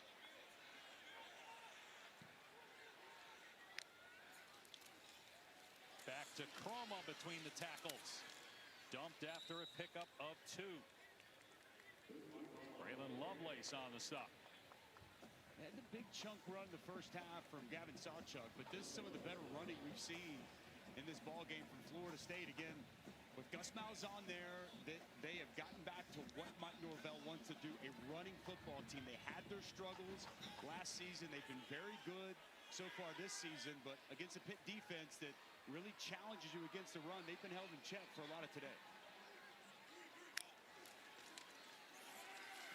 Keziah Holmes pinballs off defenders. There's a penalty marker down. I was going to say, Dusty, even the pass plays on this drive look like run plays. Just screens trying to get out of Castellanos' hand quickly as there's an injured Florida State offensive lineman. Richie Leonard, their left guard. They're already without Micah Pettis, their right tackle. 10-yard penalty. Second down. And Luke Pettibone commits the penalty. We'll take a look at Leonard. And we'll keep an eye on who comes in to replace him because, again, they're down bodies on the O-line.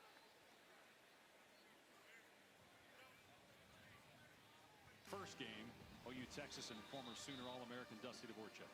It's the best game there is in college football. Look, I am definitely biased, but Cotton Bowl, they're at the State Fair of Texas. There's nothing like it. It's going to be a great scene here today. Let's take you back to 2002. Oklahoma's ranked number 2. Texas is ranked number 3. Chris Sims gets rid of the pass, and some guy comes out of nowhere after the whistle's blown and lights him up. Oh, it's you. They told us to locate the quarterback after the reception. I located the quarterback, Dave. Did you get flagged? Here is Douglas on the tight end dump off, and on 2nd and 16, he gets about half of it, 3rd down. Never let facts get in the way of a good story, Dave. Yes, I would say announcer Dusty today, some 20-plus years later, would have a little bit different feel for Sooner Dusty as a player in 02. Where's the long blonde hair? I don't see it there on the cover of Sooner Illustrated. Started to flow later in my career. Was nothing like putting on that gold hat. The winner, that's the prize at the end of the game. It's going to be a fun one today with Texas needing a win. Sawchuk on 3rd down and 5 in trouble and tackled for a loss of about 2 at the 16, and now Florida State will have to send out the field goal unit. Well, that's a huge stop for this Pittsburgh defense. And Gavin Sawchuk just unable to find any space there. It's a really good job by the front of Pitt once again in a crucial spot, finding a way to create a negative play.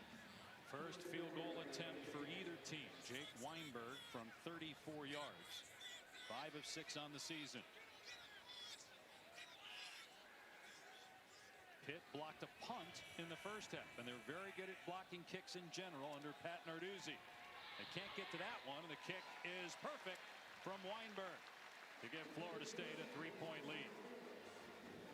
Let's keep going on the Red River rivalry as we give you the Aflac trivia question.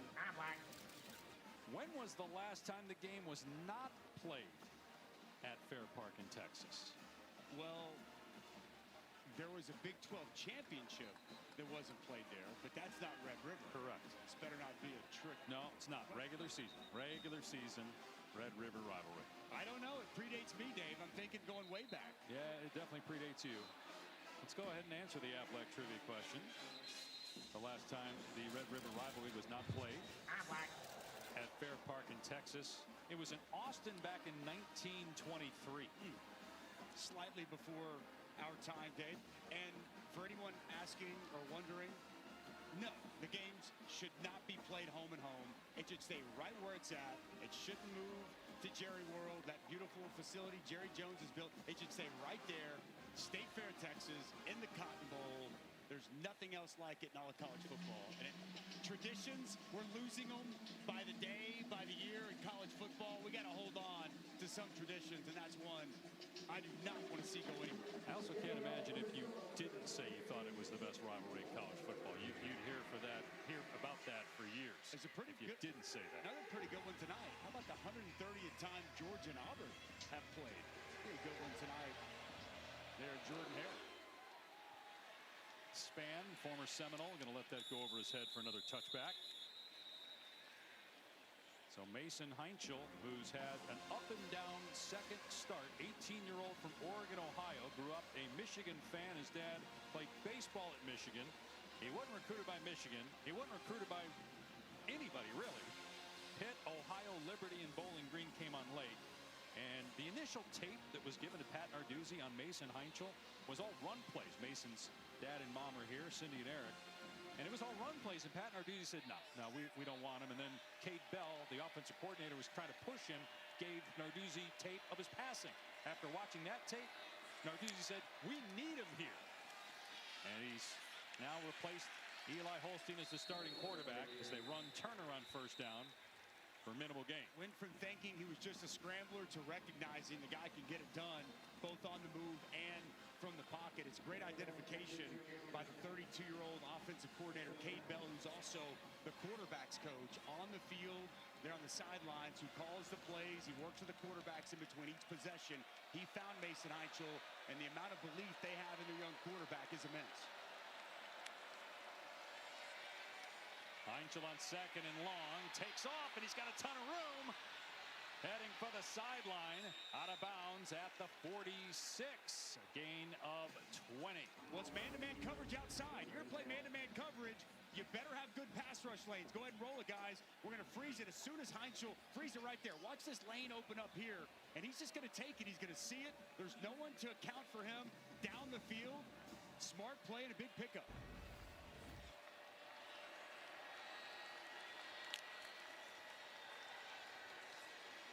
Heinchel over the middle, complete. Inside the 35 is Williams.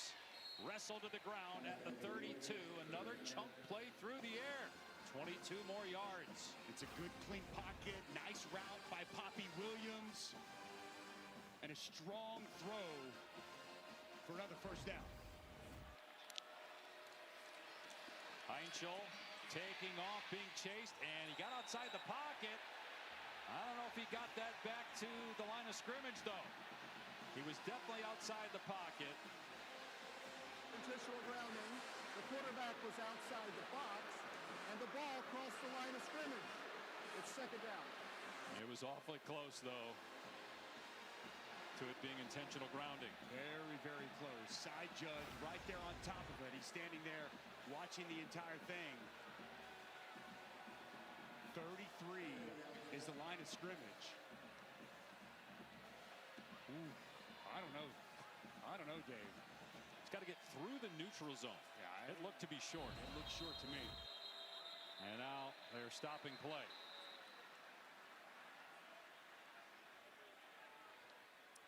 The previous play of the quarterback being outside the box and the ball crossing the line of scrimmage is under further review. And so we're going to bring in shortly the ACC Game Day Operations Center in Charlotte to hear that conversation about A, whether he got outside the pocket, and then B, whether the ball crossed the line of scrimmage. Our referee Riley Johnson, and back in Charlotte, Al Riveron, the ACC coordinator of football officials. Right. Bounce there. That's the one I was just watching. Okay. You're not going to be able to change. Not going to see that. Yeah, not on this. So replay A doesn't show the ball. We cannot determine if that ball is at the 33 or not there. Or we're going to look at any other angles coming in to be able to see this. So not enough there to be able to do anything with this. So if these are our best angles at this point. Is there anything coming in? Okay, so we're looking at the program. At this point, I don't have anything to overturn. Do we all agree? Yes. Do you agree? I agree. Okay. Yep. Agreed. Perfect. Ruling on the field is upheld. Thank you, guys. So not enough video evidence again to overturn the ruling on the field. After further review, the ruling on the field is upheld. Second down.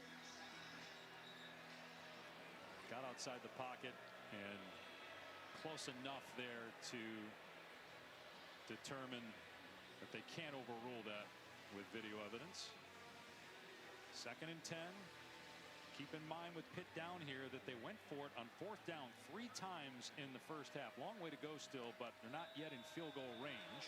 2nd and 10.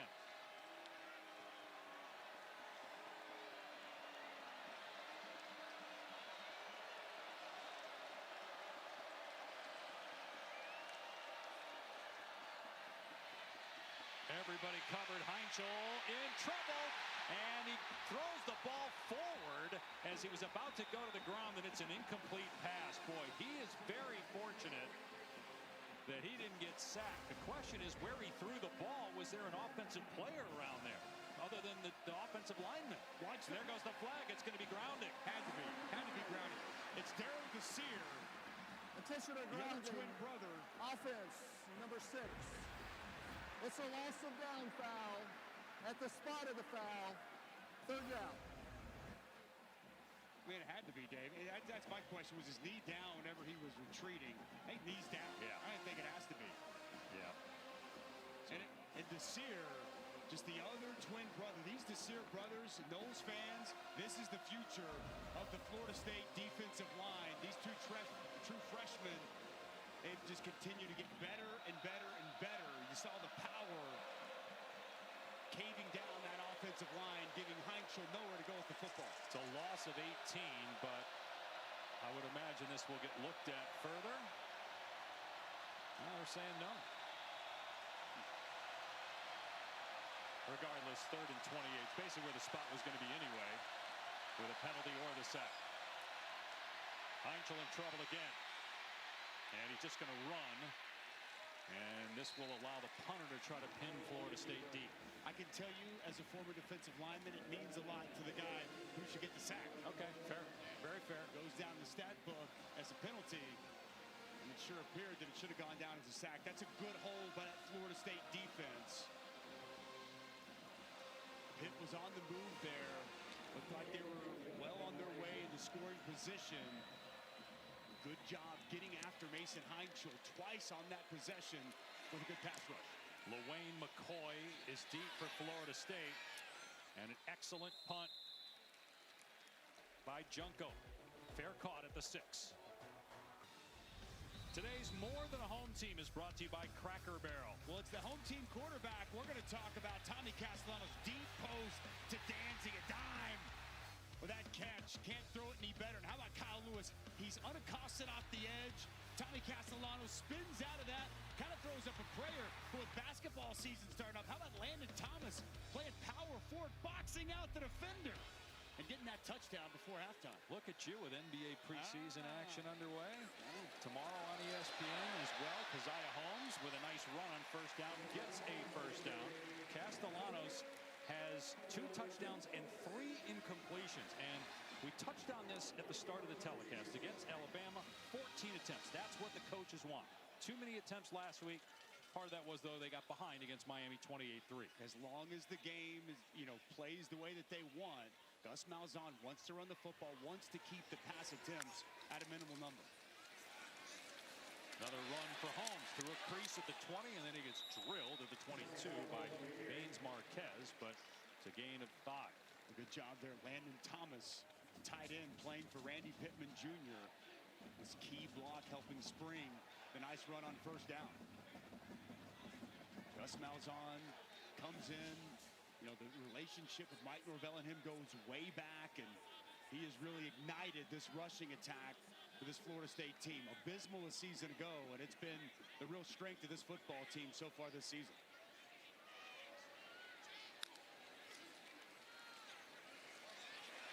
Holmes to the perimeter, and he gets the first down.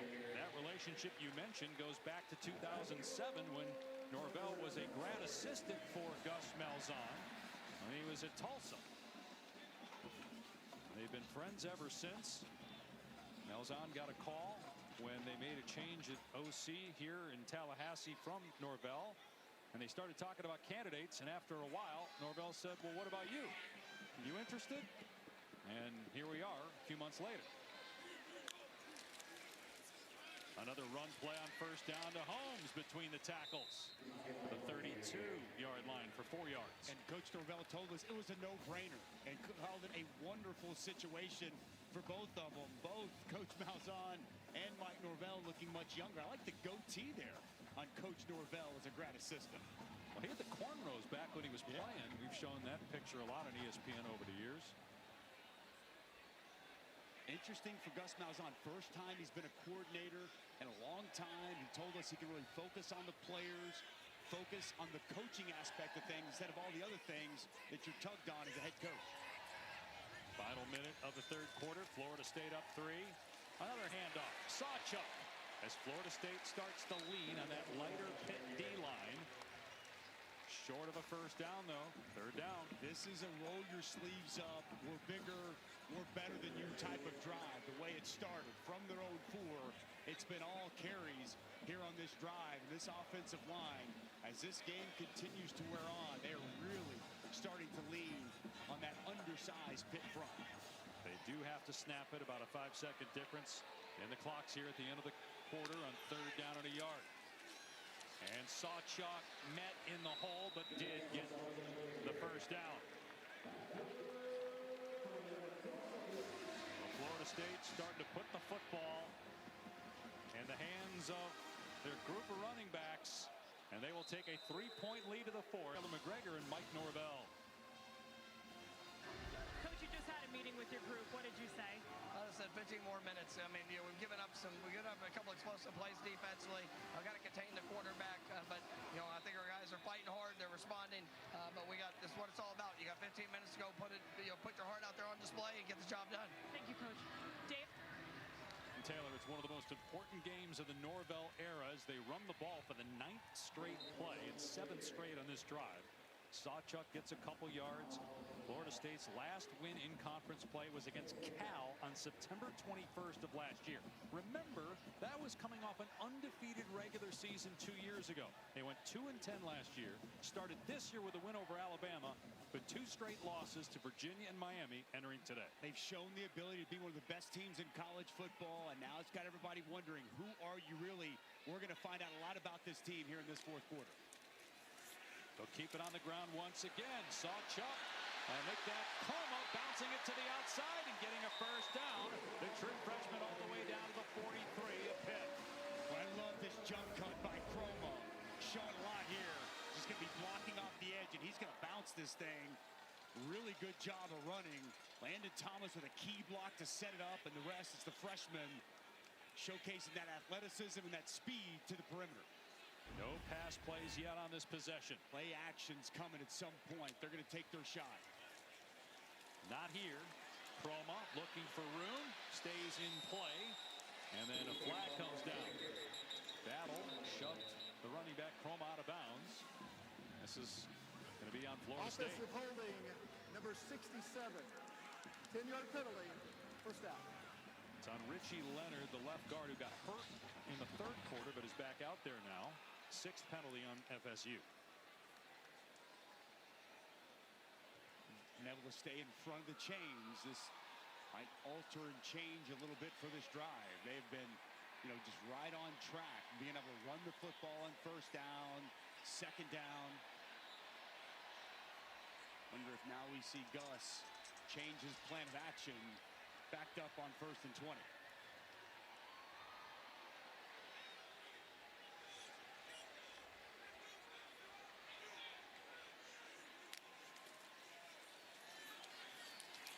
Holmes finds a lane, but that hole closes at midfield. So just a 3-yard run, and the ball came out. Holmes lost the ball, and Pitt has it. A turnover at midfield by Florida State.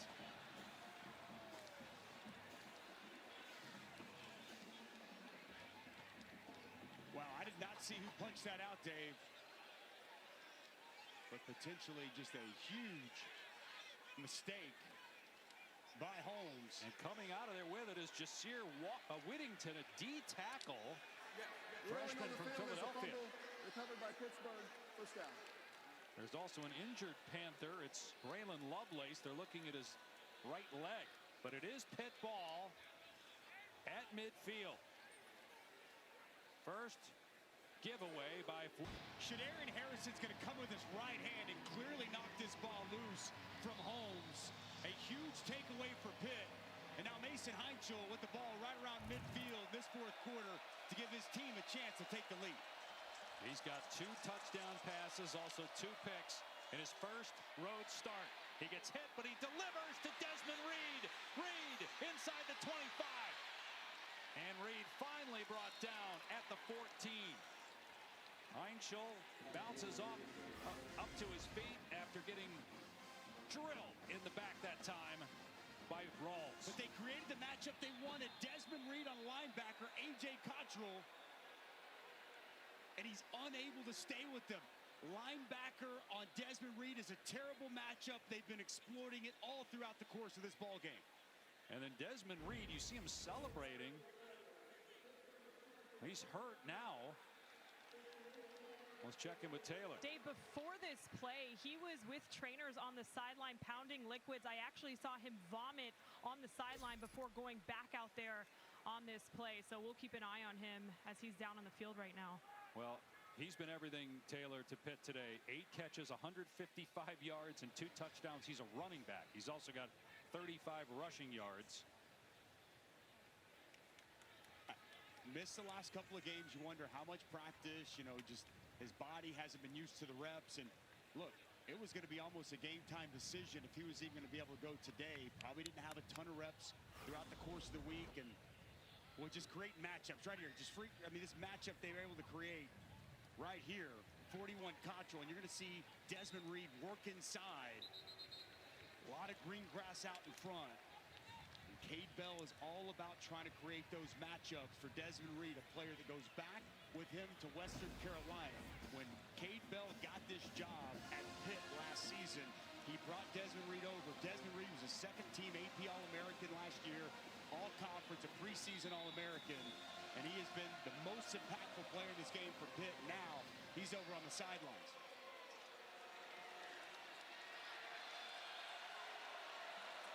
So Boozy Turner is the backup, a true freshman. He's got a touchdown in this game. He's been good. Ball at the 14 of Florida State. It is Turner. Finds a lane and picks up 5 down to the 9. And how about Heinchel too, Dusty? Hanging in there, knowing that hit's coming and making that throw. There's no question. Poise in the pocket. Knows the pressure's there. Just got to wait long enough to allow his receiver to come open. Now this Pitt offense knocking on the door of a fourth quarter lead. Trailing by 3, 2.5 gone by here in the fourth. Heinchel to the air, surveying the defense, backing up, and now sprinting. Heading for the sideline. And out of bounds at the 10. Pushed out by Juice Cryer. Bring it up 3rd down. Mason Heinchel just trying to make something happen. He almost found himself in a really bad spot.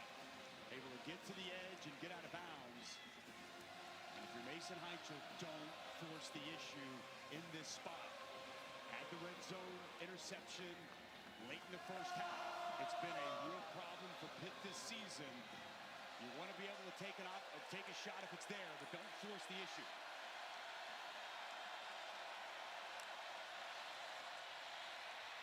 Heinchel in trouble. Escapes.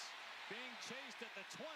And the pass just off the mark. Intended for Kenny Johnson. Mandrell Sear with the pressure, and here comes the field goal team looking to tie the game. Well, Kenny Johnson broke open. Have not been able to get him the ball all day, but excellent pursuit by Sear.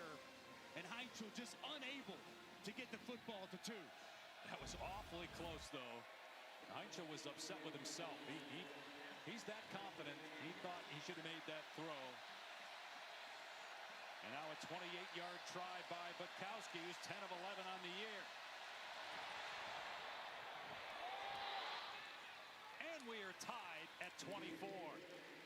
See, that's huge news. Well, he's probable Thursday and yesterday, and boy, the timeline did not look like he was going to make it. Thumb surgery and the bye week after the game against Auburn, and if he could make it back and play at a high level, boy, legendary status and Sooner lure. Arch Manning looking for a big moment, big game. What a matchup we have coming our way on ABC. Take a look at this week's college football rankings brought to you by AT&T. Oklahoma comes into that game number 6. Texas fell out of the top 25 after the loss to Florida. You got Alabama right now leading Missouri. Remember, the Crimson Tide lost to Florida State week 1, but impressive wins over Georgia and Vanderbilt. Georgia's at Auburn tonight on ABC 7:30 Eastern. Auburn coming off a bye. I'll be intrigued. Can they protect Jackson Arnold? Georgia's not generated a lot of pressure, but the last 2 losses, Oklahoma and A&M, a ton of pressure on Auburn. Can they give Arnold the time he needs to locate those talented wide receivers outside? Big factor in that game tonight.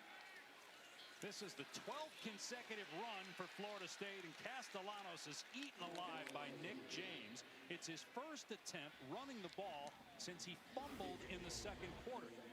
Here's Nick James. He's going to work inside and get up the field. Just continues to work, stay in there in that B gap.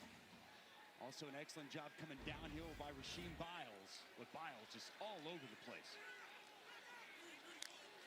Second down and 11, quick throw, and it dropped. That was a forward pass. Danzy put it on the deck. Maybe heard some footsteps from a couple of DBs.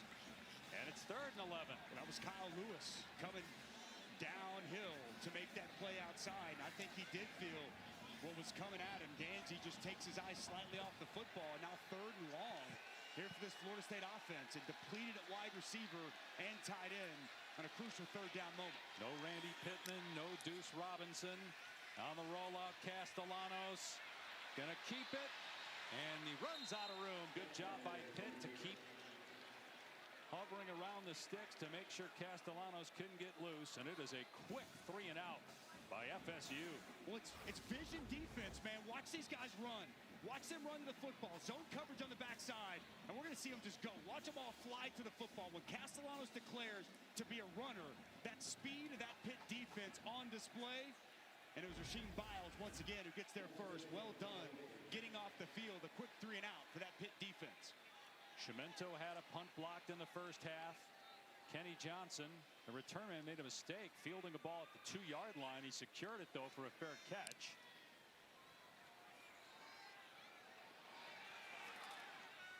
And the fair catch made at the 20-yard line after a 42-yard punt. Our college football headlines presented by Twisted Tea. We mentioned Texas falling out of the top 25. Penn State fell out. But hey, UCLA is blowing out Michigan State right now. What a job by that coaching staff. Texas Tech now in the top 10. Miami, we'll see them next Friday night against Louisville. They have the highest in FBS according to ESPN Analytics. Chance to enter bowl season unbeaten. Well, Miami looks good. Florida State fans know that. They saw it last week. Line of scrimmage team, both offense and defense. And Carson Beck is absolutely dealing. They're on their bye this week. They have Louisville in their backyard in Miami next Friday night. Should be an interesting game. But your preseason 1 and 2 and the AP out of the top 25 by the second weekend of October. Turner off the left edge. Lowers the shoulder. And Ashlyn Barker, only 180 pounds, but he delivered the blow to Barker, who's 220. Desmond Reed got the helmet back on. We'll see if he returns. He's got over 150 receiving yards and the first back at Pitt since Nick Goings in 1999 to have multiple touchdown catches. Important if he gets back in the game, but Boozy Turner has stepped up and really made some nice runs. You see that burst that he has when he's got the football.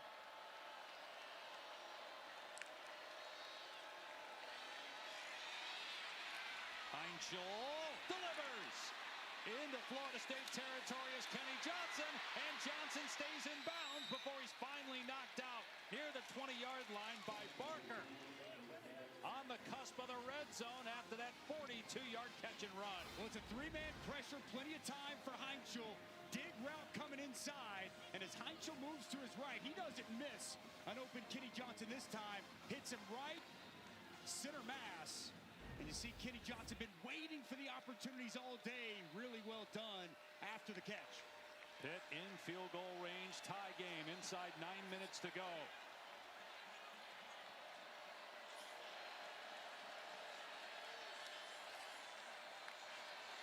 Another pass play. Heinschel dumps it off to Turner, and he stumbles down to the 20-yard line. Gain him just a couple. Second down and long. Mason Heinschel has just continued to step up and answer the bell throughout the course of this ball game. Throw it from the pocket, on the move. However you want it, extended plays throughout the course of today. He's hung in there. And I like the way he's responded to 2 interceptions before half. You wondered how he'd come out in the second half, and he's made some really impactful, important plays to get Pitt to this point. Had the game-tying touchdown. Led them to the game-tying field goal. In trouble here, the jump pass, and that was dangerous. It was behind Blue Hicks. So third down and 8. Dialing up pressure. Tony White's not just sitting back. No zone coverage there. Bring the pressure man-to-man. On the outside. Good tight coverage by Earl Little Jr. That pass slightly behind Blue Hicks. Big, important play here for this Florida State defense. I like them attacking, coming after Mason Heinschel. And no Des Reed in the game right now. Still over on the sidelines. Yeah, that's Goff, the running back, next to Heinschel. They only rush 4. Heinschel finds a receiver, but well short of the first down marker is Williams. Brought down at the 16. And Pitt will send on the field goal unit to try and tie the game midway through the fourth quarter. Good job by Shaheem Brown. There in coverage, catch tackle on Poppy Williams. You give up the big explosive to Kenny Johnson, but you regroup, you rally, and you're able to force this field goal attempt. And Bukowski's only missed 1 field goal all year. He's 11 of 12. Tied the game against West Virginia. Ended up losing, though. Pitt did in overtime. 34-yard try. And that is good. We got a new team in front here with Pitt taking the highest of highs. They went over Alabama like the undefeated season 2 years ago in the regular season anyway. And then the last 2 games similar to last year where they just couldn't beat anybody. And now perhaps the most important drive of Mike Norvell's tenure. They haven't won a conference game in more than a calendar year. 7:16 to go in the game. They led by 7 at halftime, but outscored 13-3 here in the second half. A rare kick return in this game. Jalen Lucas, and he's past the 25-yard line. Down at the 26. And it's been mostly run here in the second half. Well, they let Castellanos throw it at all. He's only got 4 incompletions, 2 touchdowns, no turnovers. He has not impacted the game much with his legs, which he typically does. Pitt's done a good job corralling him. 7 rushes for only 10 yards. He's going to have to make some plays on this drive. So much on this drive for this team, and this is what Tommy Castellanos came to Tallahassee for. Moments like this. Yeah, they ran it 12 straight plays. One of those was a turnover by Keziah Holmes. Pitt got 3 points out of him. They'll keep it on the ground here on first down. And not much for Sawchuk. And this is an undersized Pitt defensive line, but they're really good, Dusty, getting off blocks, making plays. They get up the field. They get on edges. These linebackers are flying downhill. That's who Pat Narduzzi is, going back to his time at Michigan State. Randy Bates, his defensive coordinator now. It's the exact same principles. Those press quarters, safeties are down, and a defensive line that just creates havoc against opposing run games. Pass play. Castellanos from the pocket has to step up. Launches. Incomplete. He was trying to hit his tight end Thomas, who had a touchdown catch in the first half. And we really shouldn't be surprised that Pitt is in this position. They started 7-0 last year. They beat a ranked team 8 of the last 9 years. And now a critical 3rd down and 8. And they've had a lead in all 5 games this season in the 4th quarter. Showing 5 at the line of scrimmage here. Kyle Lewis off the edge.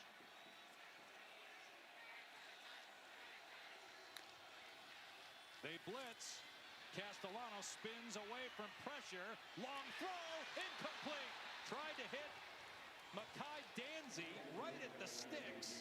Sean Lee Jr., true freshman corner in coverage. And Florida State goes 3 and out again. Boys, a long throw over on the outside. That pressure comes. Thomas Castellanos spins out of it again.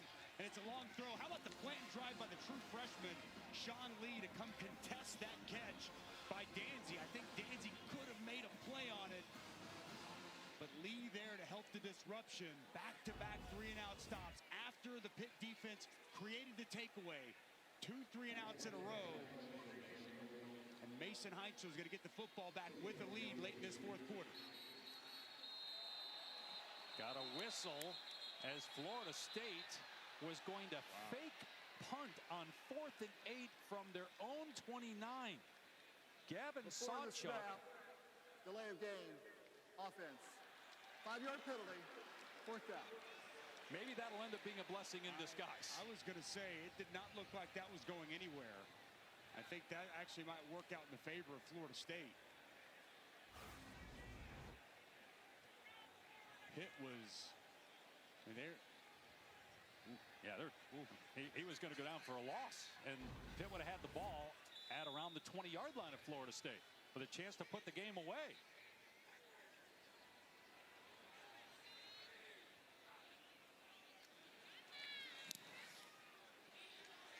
Good punt, backpedaling and signaling and making the fair catch is Johnson as he goes to the ground around the Pitt 28-yard line.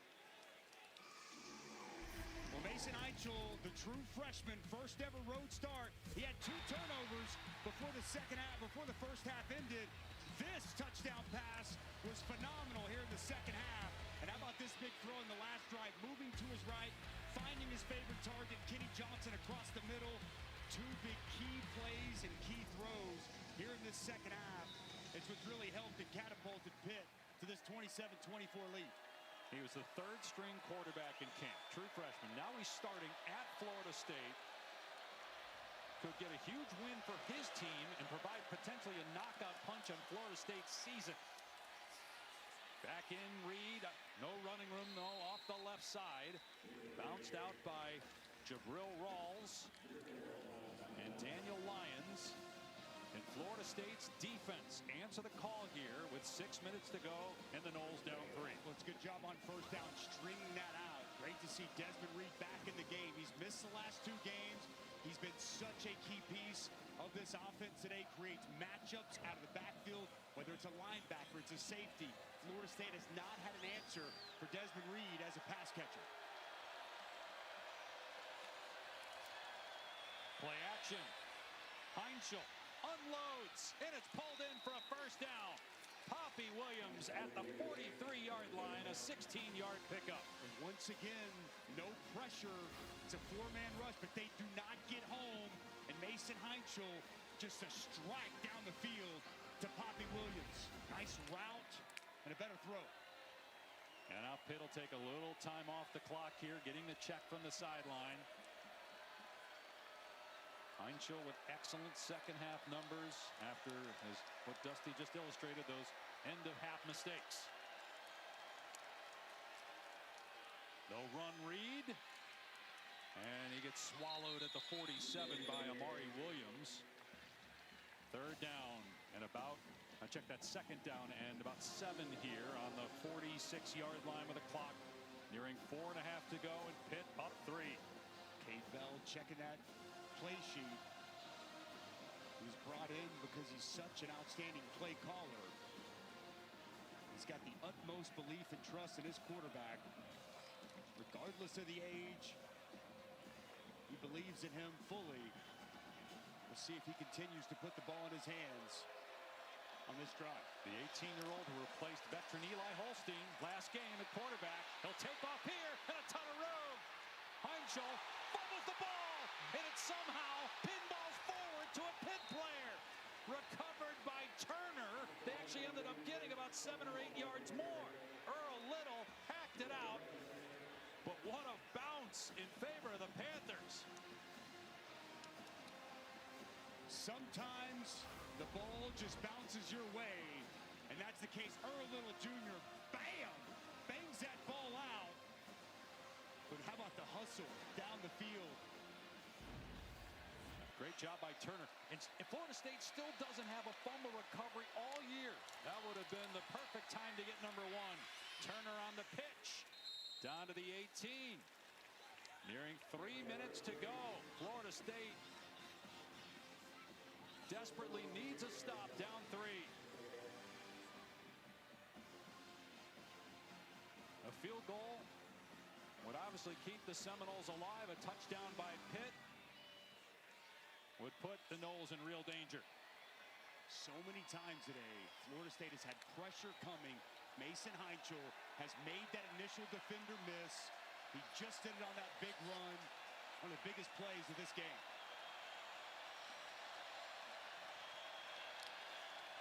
Heinschel to throw, pressure up the middle. Heinschel dumps it off to Turner. And Turner breaks tackles and gets a first down. It'll be 1st and goal at the 7-yard line with 2.5 to go in the game. And here he is again. Watch him move to his right. Pressure's going to come in his face. Moves his right. Sidearms this. Gets it around the defender, Nicholson. Timeout. And finds Boozy Turner in the flat. This had to be part of what Cade Bell saw in high school on film. Messy pocket, moving around, scrambling, finding a way to make plays. That's what he told us. This kid just made plays. When I put the film in, he made plays. And boy, he's been making a lot of plays here these first 2 games as a starting quarterback for Pitt. And look, there's a long way to go in the season. If Pitt wins this game, got to start looking at them a little bit differently, right? Yeah. Based on what we've seen the last 2 games from this quarterback, when you think about the big picture ACC. Yeah, and you think about that Louisville game that they had a lead in until they throw a couple of 4th-quarter interceptions. Still a long way to go in this ball game, but I don't know how you can't walk away from this and say, wow, Pitt has a dude at quarterback. But if you're Tony White and you're Florida State, you got to get a stop here. Because even we can talk all this about Mason Heinschel, if Florida State's defense can limit this to a field goal and give Tommy Castellanos the football back with a chance to win this game, it would be absolutely huge. They just used the timeout. So 2:36 to go. Florida State has 2 more timeouts, and the official timeout coming in 36 seconds. Pitt will keep it on the ground. Turner inside the 5 and down to about the 4. Norvell will call another timeout. Wants to make sure his offense has enough time. But again, if they surrender a touchdown, they're not going to have enough time. They're going to have a situation where they're going to need to score twice, including an onside kick recovery, which is asking a lot with under 2 minutes to go. So you get 2:31, 1 more timeout coming. Heinschel with 2 touchdown passes. The turnover by Florida State that Pitt turned into points. Pitt also had a blocked punt but turned it over after that. But it was that bounce there. And that was a free ball as Earl Little knocked it loose. It looked like Florida State was going to recover, and somehow it just pinballs forward. And Boozy Turner was just waiting for it. And now it's 2nd and goal from the 4. Everything on the line for Florida State. Trying to avoid an 0-3 start in conference play after that disastrous 2-10 record last year. Quarterback can be a runner here.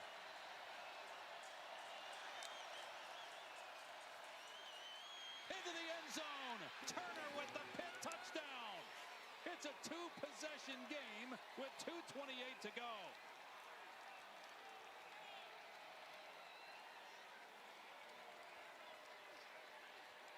What a second half by the Panther offense. They've got 19 points.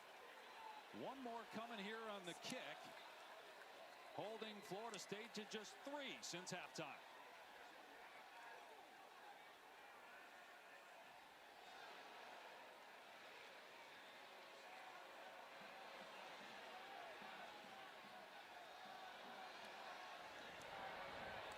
Dusty makes it 34-24 Pitt. Well, this crowd is stunned, and it's going to be physical football right at you. The right side of your offensive line. It's B.J. Williams going to get a key block. It's 70 Bear, and then watch Johnson come in motion and get a key block on the safety, Earl Little Jr.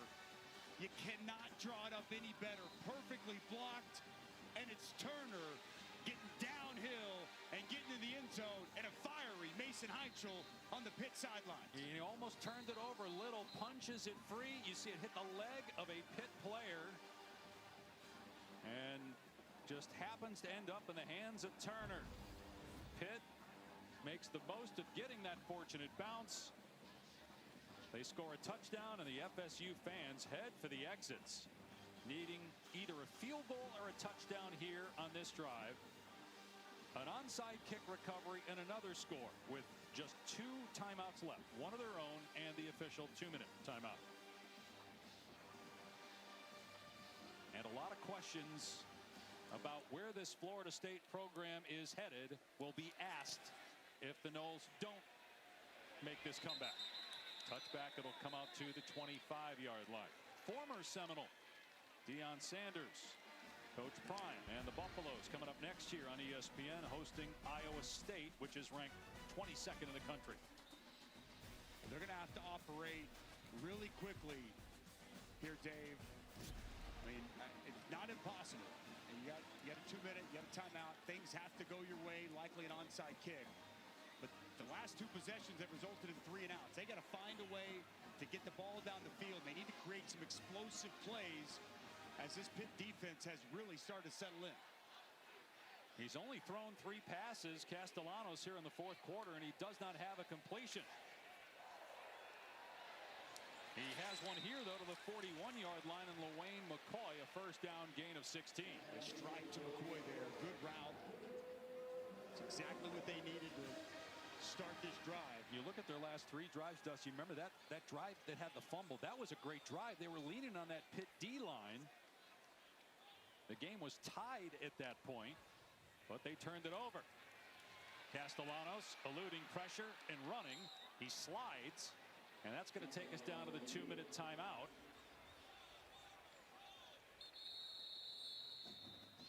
With Pitt in command. A shocking turn of events in the 4th quarter for Florida State. Florida State staring at 8 consecutive ACC losses unless they have a remarkable final 2 minutes. They haven't won in 385 days in conference play. And more important, trying to avoid an 0-3 start this year. They beat Alabama week 1. They lose at Virginia a couple weeks ago on a Friday night in double overtime. Handled by Miami. The score really not indicative of how well the Canes dominated that game. And then not a good second half performance by Florida State today, and Castellanos in trouble. He gets rid of it at the last second as he was being spun down. They haven't signaled yet if it's a pass or if he's down, because if he's down, they may have to use a timeout. They're saying he wasn't, so the clock stops on the incompletion, 3rd and 8. Well, it's a very well-timed blitz by Braylon Lovelace. He's going to hit this downhill, and he's going to ricochet off the offensive lineman and right into Thomas Castellanos. Very well done and well timed. Castellanos gets that ball away, but well, that pressure was felt.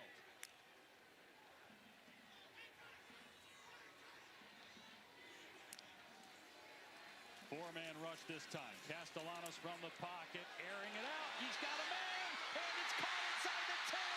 Danzy, touchdown, Florida State. The Noles are not done yet.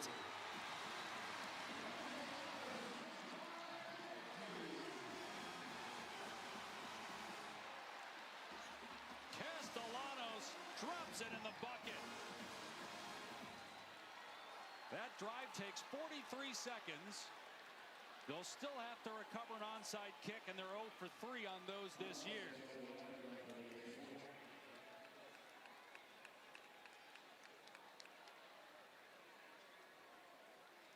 But Florida State keeping it interesting with Danzy getting his 2nd touchdown catch of the day. 3rd touchdown pass by Castellanos. The ruling on the field of a touchdown is under further review. So So they'll look to see if Danzy was tackled inside the 1. And obviously time is of the essence here for Florida State. They are hoping that this play is upheld and the clock will stay at 1:45. Hard to see the ball down the line to be able to show that. That's the replay A is probably our best look. And the left 25, which is the same view. Based off of this, would we all agree that the ruling on the field is upheld? I would, yes. Yeah, yes. All right, perfect. The ruling on the field is upheld for Right, touchdown. Right, thanks, guys. Thanks. Great stuff from the ACC again, allowing us into After the further operations review, center. the ruling on the field is upheld. Touchdown. So they again will still need to recover an onside kick. If they don't, the game's essentially over because Florida State can only stop the clock one more time. But if they do recover the onside kick, they'd have enough time to not only get in field goal range, but have enough time to maybe go get the game-winning touchdown. But they have not recovered an onside kick in 2 years. Got to go back to 2023 against Southern Miss. So Weinberg makes it a 3-point game, 34-31. Let's take a look at this last play. It's cover 2 on the back end. And Javon McIntyre is going to be your safety. Watch him get width to get over the top. Here's going to be Danzy. He's going to give a little head fake, and he's going to run this post. And it's McIntyre that's never able to catch up. And then Thomas Castellanos puts a lot of air into this football and throws it to where only his guy can catch it. Good job up in the air. Tracking that ball by Danzy, his second deep shot down the field of the afternoon. And Florida State showing some fight once again. Trying to stay in this ball game, but as you mentioned, Dave, this onside kick is everything right now. If you're just joining us, you just watched Alabama over on ABC beat Missouri. Florida State was up at halftime by 7, but true freshman quarterback Mason Heinchel bounces back from 2 picks in the first half to lead his team to 20 second half points. Pitt led by 10 with 2 minutes to go. Castellanos just had that long touchdown to make it a 7-point game. But because FSU has just the 1 timeout left, they will need to recover this onside kick, or Pitt will be able to take a knee 3 times and end the game. 1 timeout left for Florida State. That's it. They'll only be able to stop the clock 1 time. Sidewinder, and it is recovered by Pitt. Florida State was waiting for that ball to cross the 45. It had to go 10 yards, and it was just spinning like a top. And then Kyle Lewis jumped on it. Again, Florida State has 1 timeout, but the clock favoring the Panthers here heavily late. Well, it's good patience here by Kyle Lewis, waiting, knowing this thing's got to get close to 10 yards. And as soon as it approaches 10 yards, he gets on top of it. And that 1 timeout is crucial. Right? You can't fully run this clock out and take it to a knee. You can take it down to inside 20 seconds, right. though. Right. They're going to put Heinchel in the gun here. Keep it on the ground. Reed upended at the 41, and here will come the last timeout by Norvell. So again, you've got 2 more plays here, minute 20, so you're going to take it down to 19. And then it would be 4th down if we get to that. And then Pat Narduzzi might have a decision to make. Yes. So you're talking 19 at worst if you're Pitt. It'll be close. 15. It'll definitely be close because you got to have the time for a play as well, right? So you start to do the math. There's not going to potentially be much time left. We'll just see how this thing plays out, though.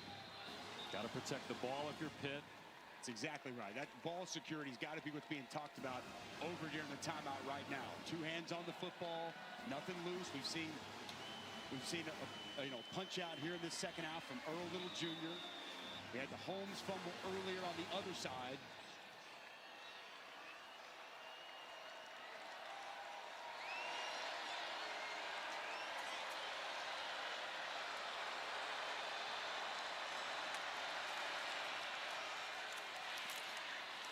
And down to the 37-yard line is Reed. So the play clock starts now. So The next snap will come with about 50 seconds to go. And now we have a Florida State player down. Was the ball set? If he went down and presented himself injured after the ball was spotted,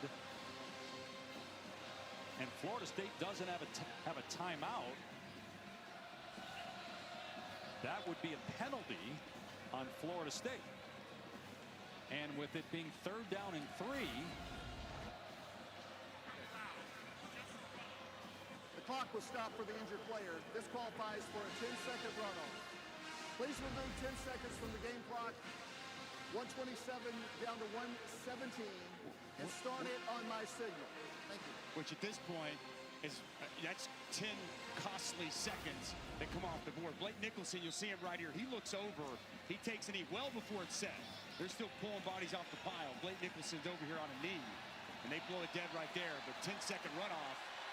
and then the center gets pushed. That's a penalty on Florida State. That's going to get Pitt a first down, and the game's basically going to be over. Darrell Jackson Jr. for some reason goes offside and shoves Lyndon Cooper.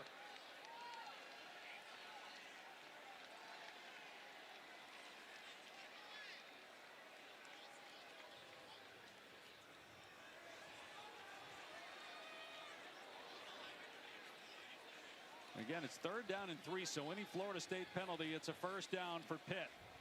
And the Noles out of timeouts. Offside defense with contact. That 5-yard penalty will result in a first down. It also qualifies for a 10-second runoff. This just cannot happen in this situation, Dave. And Darrell Jackson Jr. came back this season to try to change the fortunes of Florida State, to help this team and, have a completely different type of season than it had last year, to have, for himself, improve his draft stock, and he's had a good start to the season. Cannot have that in that spot. And it's what Mike Norvell told the self-inflicted mistakes has been an issue for this team, and we're seeing them here again as they're going to lose their 3rd straight to start ACC play. They'll take the clock down. About 2 on the play clock. Heinchel takes a knee. What a win for Pitt, but the story nationally will be another loss for Florida State. 3 straight defeats for a team that all of a sudden, after the shocking win over Bama, people were talking about again as a playoff contender. But really the last 3 weeks, they've shown who they are. Now 0-3 in conference play. And Pat Narduzzi's Panthers do it again. At least 1 win over a ranked team in 9 of the last 10 years as they win in Tallahassee with a true freshman quarterback.